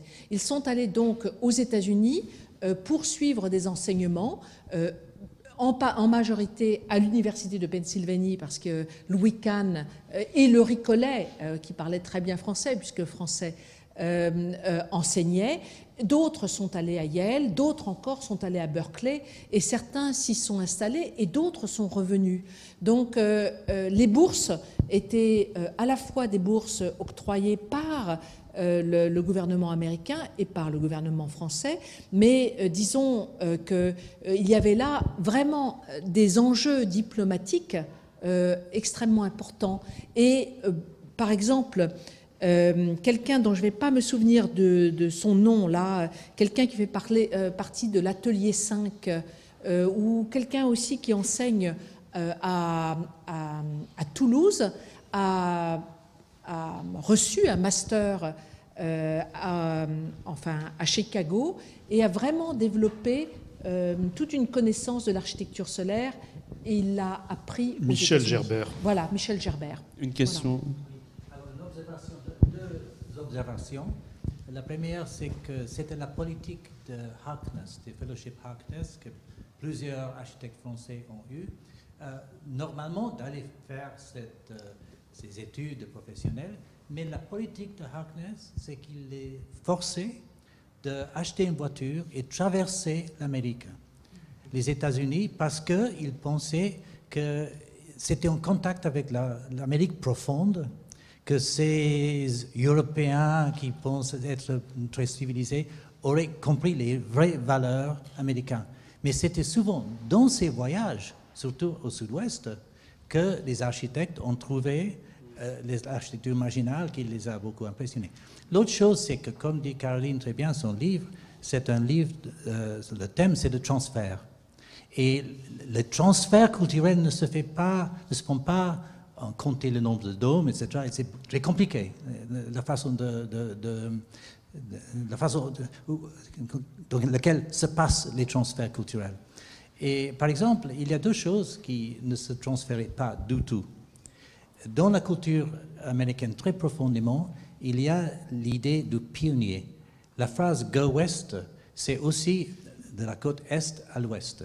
Go West, young man. La frontière, le pionnier, le mythe. Frontière, pionnier. Donc l'idée de l'espace nul, l'espace vague. Et en même temps, quand le pionnier il s'arrête, c'est un échec. Complètement. Et puis, ce n'était pas vraiment vrai. Il n'y avait pas des espaces, des prairies complètement vides dans les années 60. Mais cette idée était très forte.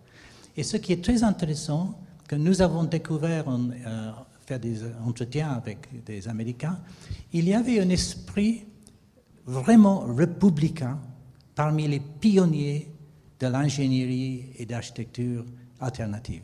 Alors des gens qui, par exemple, qui avaient un mépris pour le gouvernement, un mépris pour les bourses. Steve Baer, Steve Baer, Steve Baer, le grand ingénieur qui a fait des constructions à Drop City et ailleurs, a fait beaucoup de choses très importantes.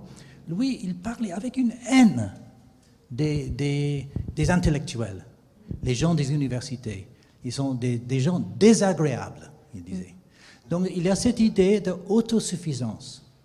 Le vrai Américain, c'est quelqu'un qui prend le wagon, il roule vers l'ouest avec sa famille et se plante quelque part et il survit. Ça, c'est cette idée. Presque 100 ans après la réalité, mais cette idée est très forte. Alors, toutes ces idées, quand ils viennent en Europe, il n'y a pas cette tradition. Il n'y a pas d'espace vide. Il n'y a pas cette idée d'autosuffisance nécessaire. Il y a une idée très centralisée en France de Paris, que tout vient de Paris, du gouvernement. L'idée très importante de l'abstraction, de la science, de la théorie. L'idée de la dominance esthétique, comme tu l'as très bien dit, c'était une question esthétique à la fin. Dans la culture alternative, c'était pas. Quand on lit le Whole Earth Catalogue, on ne parle pas d'esthétique tout le temps. C'est pas ça. C'est des choses qui marchent bien, qui fonctionnent. Oui, et le dernier article, c'est l'ordinateur portable. Absolument. Enfin, l'ancêtre de l'ordinateur portable. Oui. Donc, dans les traductions des œuvres importantes, la traduction française ou l'adaptation française du Whole Earth Catalogue et Habitat, qui est une traduction plus ou moins de Shelter, on voit ce transfert à la fois idéologique, politique, culturel des idées américaines qui prennent une forme assez différente. Métabolisée en France. Une réaction d'Hubert Tonka derrière, qui souhaitait... Oui, c'est troublant que c'est la Casio, c'est ça? C'est la calculatrice programmable qui est le dernier article présenté par le Whole Earth Catalogue.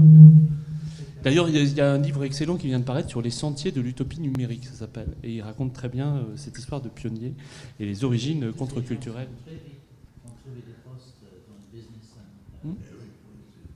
Hubert ? Oui, deux petites choses, notamment sur cet aspect de la contre-culture parfaitement officialisée que l'on vient de nous exposer, que je trouve strictement scandaleuse. C'est-à-dire que Merce Cunningham, on s'en fout, je veux dire, excusez-moi, il est peut-être un grand... Ouais, d'accord, mais à l'époque, en 70, puisque je fais partie de ce que j'ai entendu tout à l'heure, le grand-père de la culture, gentil, c'est vrai d'ailleurs. C'est l'âge. Hein. C'était pas Merce Cunningham et tout ça qui nous intéressait en 70 dans le mouvement de la contre-culture à laquelle j'ai appartenu. Et peut-être que j'y appartiens, d'ailleurs je m'aperçois de plus en plus. C'était Jimi Hendrix et Do It. Pas du tout les organisations quelconques de la propagande américaine. Et pour Marie-Hélène, quand même une chose, la France n'était pas du tout anti-américaine, du tout. Elle était pro-américaine contre la politique américaine. Elle était pro-américaine de la nouvelle culture qui nous était apportée, de la nouvelle vision, qui était très intéressant parce que ça cassait la nôtre. C'est ça qui nous intéressait, c'est que ça nous brisait la tête. Il n'y avait pas que le shit qui nous brisait la tête. Il y avait aussi que cette culture qui arrivait détruisait un certain nombre de concepts, de persuasions. Cette culture qui ne s'organisait pas en philosophie, cette culture qui n'avait pas de catégorie. Tu veux dire, Hubert, contre la hiérarchie de la culture classique française ? Même le mot hiérarchique, c'est pas la hiérarchie de la culture française. C'est-à-dire que moi, je suis marxiste. Je suis né marxiste, j'ai fait des études, j'ai été propagandiste marxiste, marxien ensuite, parce que je me suis rendu compte de ce truc. Et eux, ils nous apportaient la liberté, le mouvement hippie. Pour moi, comme politique, c'est le mouvement le plus ridicule du monde, mais c'est sans doute le mouvement qui m'a le plus éclaté la tête et qui m'a permis de comprendre effectivement ce que c'était que l'existence et la vie. Donc on ne peut pas, on peut pas dire la contre-culture. Alors c'est vrai que les Américains ont inventé une chose, et ça ils l'utilisent très bien, à savoir que à chaque bouteille de Coca-Cola, on emmène un peu de culture américaine. La récupération, n'est-ce pas ? Bon, mais quand même, on ne peut pas réduire la contre-culture, le mouvement de la contre-culture, avec tout ce que ça fait exploser dans la capacité d'imaginaire et d'invention de toute une génération, à 3 ou 4 manifestations de l'officine de propagande américaine et de l'ambassade. Ça m'apparaît pas possible, premièrement. Deuxièmement, je voudrais répondre à l'éclat de voix. Donc ça, c'est quelque chose qui me touche très profondément. Par exemple, je trouve scandaleux en France que l'énorme travail que Jean Dottière a fait pendant des années n'a jamais été regardé par les gens qui auraient dû le regarder. Alors, heureusement, il a été regardé par des gens qui n'auraient pas dû le regarder et qui ont fait des choses avec lui. Mais, par exemple, tout le milieu soi-disant cultivé architectural s'est foutu complètement de son boulot. Ça c'est clair. Bon, passons là-dessus, je ne vais pas faire des compliments aux vieux parce que ça va faire grand-père. Alors, ça c'est une chose. Une autre chose sur pourquoi il n'y a pas l'œuvre de Lucien Kroll. Ça c'est encore toute l'œuvre de Lucien Kroll. Ben ça c'est encore une idée fausse de la contre-culture. Pourquoi il n'y en a pas? Parce que cette œuvre, elle est une œuvre architecturale fondamentale qui n'est pas montrable. Et c'est sa non-montrabilité qui fait qu'elle est fondamentale dans le mouvement de l'architecture. Et il va bien falloir un jour, pour la faire perdurer, alors moi j'ai essayé, bon, ça fait quand même pas mal de temps, j'en suis à mon 2e, je suis en train de préparer mon 3e, qui va être son autobiographie, que je suis en train de travailler, je travaille avec lui, mais effectivement... Parce qu'on ne peut pas résoudre, il y a des architectures qu'on ne peut pas réduire à la simple idée momentanée que l'on se fait sur l'architecture. Il y a des choses qui sont plus loin. C'est-à-dire qu'on peut comprendre Lucien Kroll que si on comprend Ivan Illich. On peut comprendre Lucien Kroll que si on a une bonne idée des Amis de la Terre. On peut comprendre Lucien Kroll que si on a une bonne idée des mouvements d'architecture japonais. Donc c'est quelque chose de très complexe qu'on ne peut pas représenter avec nos pauvres moyens. Et là, je reviendrai à la contre-culture. Pourquoi Jean-Paul Hugman, disait qu'on était pris par l'esthétique, et même, je trouve que c'est un peu réducteur quand il parle de l'esthétique ou qu'on était sidéré. En réalité, on était sidéré par tous les niveaux de déconstructibilité de la conscience possible. C'est-à-dire que construire en terre, on s'en fout. En pierre, en terre, en bois, on s'en fout. Mais simplement... il y a quelque chose qui se passe et qui permet, la pierre interdit, le verre interdit, la terre autorise, le bois autorise. C'est-à-dire que là aussi, on est dans une forme de la contre-culture qu'il ne faut pas du tout oublier. Et le côté récupération alors, institutionnelle de tout ça est une gélification qui ne va pas ouvrir la tête des jeunes. Hein, ça, je vous le garantis. Merci Hubert. Jean-Paul, tu as été interpellé. Non, je voudrais une image aujourd'hui en gare de Bordeaux. C'est pour la contre-culture. C'est-à-dire, on attendait le TGV, il y a un train de marchandises qui est passé. Et en gare, il ralentit. C'était un train de céréaliers avec des wagons très longs pour les céréales, etc. Entièrement tagués. C'était formidable. Je peux vous proposer une image similaire à la tienne, c'est le dessin en 3 pages fait par Rézère en 1975. Pour moi, c'est un dessin emblématique qui explique les ambiguïtés. Et pour revenir à ce que me disait Marie-Hélène disait qu'il fallait remettre un peu tout ça en contexte politique. Et donc, il y a un dessin de Rézère, publié dans le Nouvel Obs, je crois, sur 3 pages, qu'il publie après avoir visité mon exposition au Centre culturel américain, qui est donc interdite, donc il la visite une semaine après aux Arts Déco. Ça l'enthousiasme évidemment, puisque Rézère, il est dans tout ce courant, matériaux naturels, architecture solaire. Il en a fait des centaines de planches sur l'architecture solaire. Je signale d'ailleurs qu'il y a un livre qui est sorti à Grenoble, chez l'éditeur de BD La Glénat, uniquement sur les dessins de Rézère sur l'écologie. Et qu'est-ce qui manque dans ces 3 pages dans l'Obs? C'est scandaleux qu'une ambassade américaine, avec un ambassadeur régi par des idées des années 50, anticommunistes, etc., le macartisme, ose en France interdire une exposition qui, de plus, est la première exposition d'architecture faite au nom d'une institution d'État français, le Centre Pompidou. Il s'offusque de ça, il explique pourquoi, il explique tout ce qu'il a vu dans l'exposition d'extraordinairement stimulant, et il termine par cette phrase extraordinaire. Il faut quand même pas croire que les Américains, c'est que les multinationales, c'est que ci, que ça.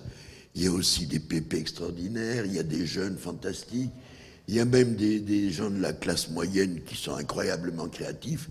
Et finalement, si on devait choisir, et c'est ça qui est historique, c'est évidemment ça qu'on choisit, et pas le modèle communiste. Et oui, et la messe était dite, je suis bien d'accord.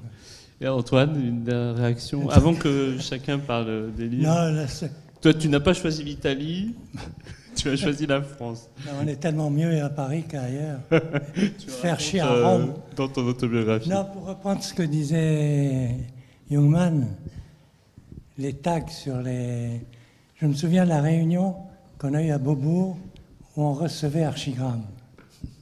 Je ne sais pas si tu y étais, c'était pas mal. Toi, Archigramme était là et tous les architectes français étaient en... On n'était pas nombreux. C'était pendant l'exposition d'Archigramme à Beaubourg. Formidable. Alors, évidemment, de la salle, une question très pointue. Quel était le concept qui était à l'origine de votre travail? Peter Cook prend la parole. On se réunissait tous les lundis et on disait qu'est-ce qu'on va inventer pour les faire chier. C'est une certaine vitalité par rapport à toute cette conceptualisation systématique de tout. Typiquement pragmatique. Ouais, c'était l'époque où en faisant chier, on créait des comportements, on emmerde. Voilà, c'était extraordinaire. C'est un point de vue. On a oublié d'évoquer le rôle de l'Angleterre et d'un grec qui était fondamental dans la diffusion de ces... Non, bah, on l'a un peu indiqué avec Architectural Design. Et donc... Papadakis, c'est quand même le rédacteur en chef de la revue d'architecture la plus importante et influente du monde. Mais seulement à partir de 1980, Papadakis, pas dans les années 60. Ah, mais je suis désolée. C'est un peu au moment où Architectural Design change un peu justement voilà, de registre. Il n'est pas du tout présent. Papadakis achète Architectural Design. Genre, il y a eu quand même 2-3 petites choses. Par exemple, je me rappelle très bien que je me suis commis dans cette revue, j'ai écrit avec Jean-Paul Dumas, dans cette revue, et le numéro dans lequel il nous avait accueillis, la couverture, c'était quand même un préservatif en forme de point d'interrogation. Tu peux au moins dire que... C'était en quelle année, Hubert a au moins fait ça. C'était en quelle année? C'était en 70 quelque chose. Oui. Ah non, c'est 67. Loin avant 80. 67. Ouais. 67, c'était un article qu'on avait écrit dans l'architecture d'aujourd'hui. Pour vous dire dans quel état était la conscience et la préoccupation culturelle de l'architecture à l'époque, c'est que l'architecture, AA, cette espèce, paraît-il, de grande revue, nous avait accueillis aussi.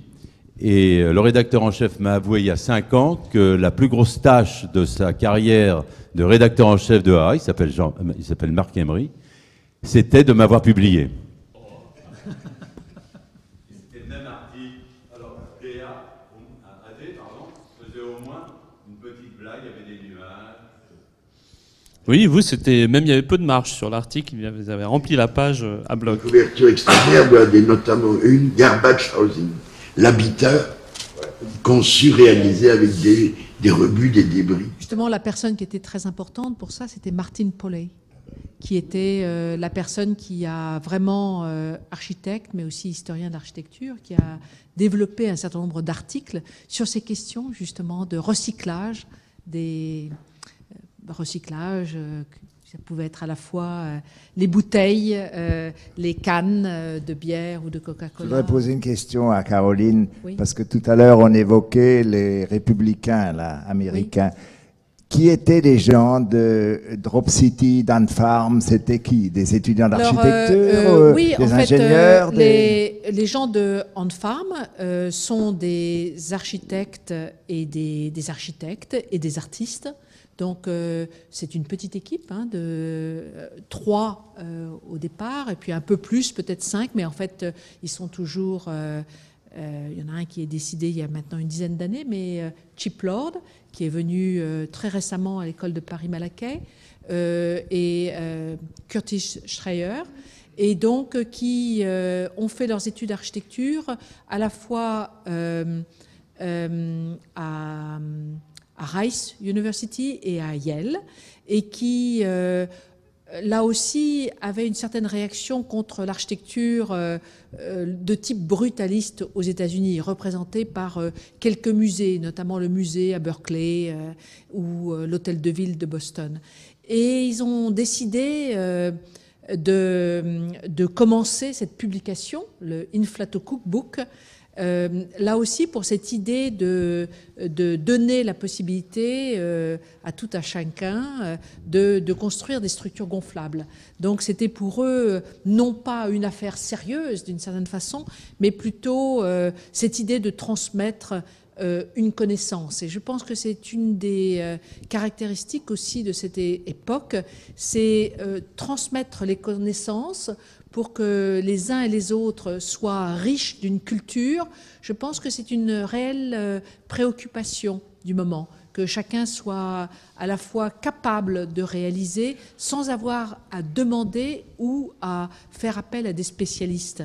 Et je pense qu'une des grandes questions, des thèmes vraiment abordés à cette époque, dans plusieurs sphères de la société américaine, et puis peut-être aussi ensuite en France, et Ivan Illich participe à tous ces débats, c'est la question entre spécialisation et savoir un peu plus universel, c'est-à-dire la capacité d'un être humain de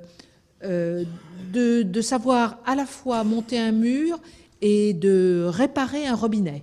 Donc cette idée que d'être toujours de la dépendance, toujours sous la dépendance du spécialiste, c'est vraiment un débat auquel cette contre-culture finalement participe. Ce qui est troublant, mais on va passer la parole à une dernière réaction. Ce qui est troublant, c'est qu'il n'y a jamais, par exemple, de référence au jeune Marx, à la pensée de l'aliénation. Ce que tu dis là, Marx dit, pêcher le matin, peut-être pas, mais en tout cas, il y a beaucoup de références à Hannah Arendt. Oui, et Hannah Arendt, c'est pas une histoire marxiste. Non, mais Marx apparaît, est quand même présent, non pas dans le Wall of Catalogue, mais dans le Co-Evolution Quarterly qui paraît après, mais c'est plutôt sur la question du travail. Qu'est-ce que c'est que le travail? Et pas forcément le travail, mais la recherche d'un travail, si c'est possible, et je crois que c'est possible, d'un travail... en tout cas pour certaines catégories, mais d'un travail créateur ou d'un travail enrichissant. Donc il y a toute une discussion sur qu'est-ce que c'est ce travail, un travail enrichissant pour le plombier, pour celui qui construit ou pour celui qui cultive aussi. Hein. Donc il y a cette dimension, le travail est beaucoup discuté. Et je pense que le travail, c'est une question aussi... développé par Marx. Ah oui, c'était même le soubassement de sa théorie. Oui, une dernière réaction. Là, mais il était parti de là. Ce qu'on a oublié complètement dans le discours, ça a été la faillite de l'enseignement de l'architecture en France. Dès qu'il y a eu la réforme de Malraux, c'était le vide total en architecture. Alors quand on parle d'architectes qui déjà perdaient le contrôle de leur travail, j'ai assisté à des scènes terribles. Et je prendrai l'exemple comment dirais-je, de l'opéra du théâtre du Luxembourg, où j'ai été travailler pendant un petit moment, en 60, où l'architecte a été obligé de voler ses plans pour les ramener à Paris, parce qu'il était déjà dans des conflits tels qu'on les entend en ce moment avec ce qui s'est passé à la Villette, à la Philharmonie. C'était le vide total. Alors je pense cet engouement pour les jeunes à un certain moment vers les États-Unis, c'était justement pour échapper au vide que nous vivions. C'est sûr. Et ça, c'est très important de le souligner. Alors, il n'y avait plus d'enseignement. Enfin, non, c'était un plaisir d'aller voir ce qui se passe là-bas. Nous, on n'était pas en état de vide du tout. Hein. On adorait ça. Pour faire une... Oui, mais je sais, je connais. Donc, toi, tu n'es pas d'accord, mais moi, je trouve que... Tu n'es pas d'accord, dis-nous pourquoi. Mais ceci dit, il est d'accord avec vous, parce que j'ai lu ce qu'il a écrit, il raconte exactement ça. Non, il y a une ambiguïté. Cette école était impossible. C'est une plus vieille école qui était célèbre dans toute l'Europe, et nous, on est arrivés à la fin de cette école qui est morte de sa belle mort. Mais dans cette espèce de vide absolu, où on avait un prof du début à la fin, chose qui est aujourd'hui impossible dans les structures d'enseignement actuelles, faisait qu'il se passait toute une ambiance en atelier, quasiment 19e siècle, quoi. On est dans le passé, la Renaissance, l'atelier. Et ça ne pouvait pas tenir devant une société qui devenait de plus en plus démographiquement plus... C'est le baby-boom, en effet. C'est d'abord ce qui a fait éclater l'école des Beaux-Arts, c'est la pression démographique. D'abord, on est devenu par des ateliers extérieurs. Après, les ateliers extérieurs se sont multipliés. Il y a eu le Grand Palais. Et une confusion totale s'est installée. Conclusion. Il y a deux moments dans les années 60.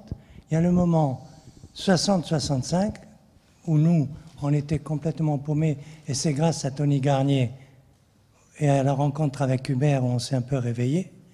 On savait tout d'un coup que la politique exerçait, parce qu'à l'atelier, on disait pas de politique à l'atelier, si tu parles de politique, tu payes à boire.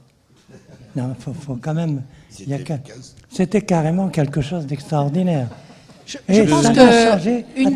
Ça n'a changé qu'en 65. C'est à partir de 65 que les choses ont pu changer. Au moment où l'école éclate. Oui. Et l'ennui 67, c'est le fameux article de Vincent Pontet, La France s'ennuie. Donc il faut voir cette France-là. Oui, je voudrais rappeler la rencontre entre Herbé et Prouvé. Herbé parle avec Prouvé, il lui dit « Tu te représentes, ils veulent casser une école où on n'apprend rien ». Et ça, c'est sorti dans le livre, Prouvé l'écrit dans son livre. Et Antoine le raconte aussi, il met en scène ces personnages-là dans une éducation architecturale qui vient de paraître chez Sens et Tonka, qui est un peu les récits de ses débuts. Le récit de ses débuts. C'est Hubert qui, au fond de la C'est pour salle, ça que, d'une certaine façon... Dernière. Oui, juste une petite... pour boucler la boucle d'une certaine façon, une des alternatives que s'offrait à certains architectes, jeunes architectes, ou tout nouvellement diplômés, en 1968, 69, 70, 71, qui est en fait le thème et l'objet de mon livre, c'était d'aller suivre des enseignements aux États-Unis, là où les écoles d'architecture sont au sein des universités, et qu'auprès de l'école des beaux-arts, auprès de l'enseignement de la géographie, de la sociologie, des mathématiques, et les architectes ont découvert alors là un monde intellectuel, le monde universitaire, qui à l'époque, et c'est cela aussi un moment à comprendre, où l'université américaine était aussi d'une certaine façon, je mettrais entre guillemets, très proche de la contre-culture. Oui, mais tu racontes bien comment ils s'intéressent aux populations défavorisées. Alors après, les choses vont changer. Non, c'est très intéressant. Parce que tout cela, l'histoire est délicate. Et raconter tous ces mouvements avec ces événements, ces faits de subtiles transformations, qui sont à la fois des transformations politiques, qui sont des transformations économiques, et donc c'est assez délicat. Mais on sent très bien ce mouvement, par exemple, des jeunes architectes qui souffrent, franchement, qui souffrent du manque de culture, de l'enseignement en France, et qui vont, et voilà, mais c'est vrai, et qui vont chercher ailleurs à se nourrir. Et donc, l'Amérique, qui offre des bourses, je dirais, permet de s'échapper du milieu, et d'autres vont trouver d'autres échappatoires, vont partir ailleurs, etc. Mais d'autres d'ailleurs, comme le diront certains journalistes, préféreront aller plutôt du côté de l'Albanie ou dans d'autres univers idéologiques. Bon, mais, le temps nous presse, nous ne sommes pas totalement en autonomie ni free. On a refusé l'accès de l'architecte, des étudiants en architecture avec l'université. Il ne faut pas oublier Bien ça sûr. aussi. Ils n'ont pas eu la chance d'avoir un Robert Debré qui avait un lien de parenté avec le Premier ministre de l'époque et qui a créé des CHU. Et c'est probablement une des dettes les plus grandes de l'histoire de l'architecture que de jamais avoir eu de CHU, alors qu'ils l'ont eu en 57. Bref, on va pas refaire l'histoire. Avant de terminer, chacun 2 mots sur un livre que vous avez choisi dans le fond de la bibliothèque. Oui. Pas toi. Bon, enfin, tu as 2 mots à dire sur un livre, Patrick. Ou sinon tu passes ton tour. C'est Orejana de Nicolas Deville. Oui, c'est très bien. Cette période. Oui. Dans l'article que j'ai écrit, il y a 2 pages complètes là-dessus. Donc, parce que c'est assez étonnant au point de vue visuel. Si vous réussissez à mettre la main dessus. Mais il faut l'acheter sur Internet. Bon. Ah oui. Alors, moi, j'ai choisi un livre que je n'ai pas lu, mais que je vais lire. En fait, j'ai lu 2 autres ouvrages de Baylis de Kerangal. Je me suis régalé. Celui-là, je l'ai gardé pour dans quelques temps. C'est son écriture qui me fascine.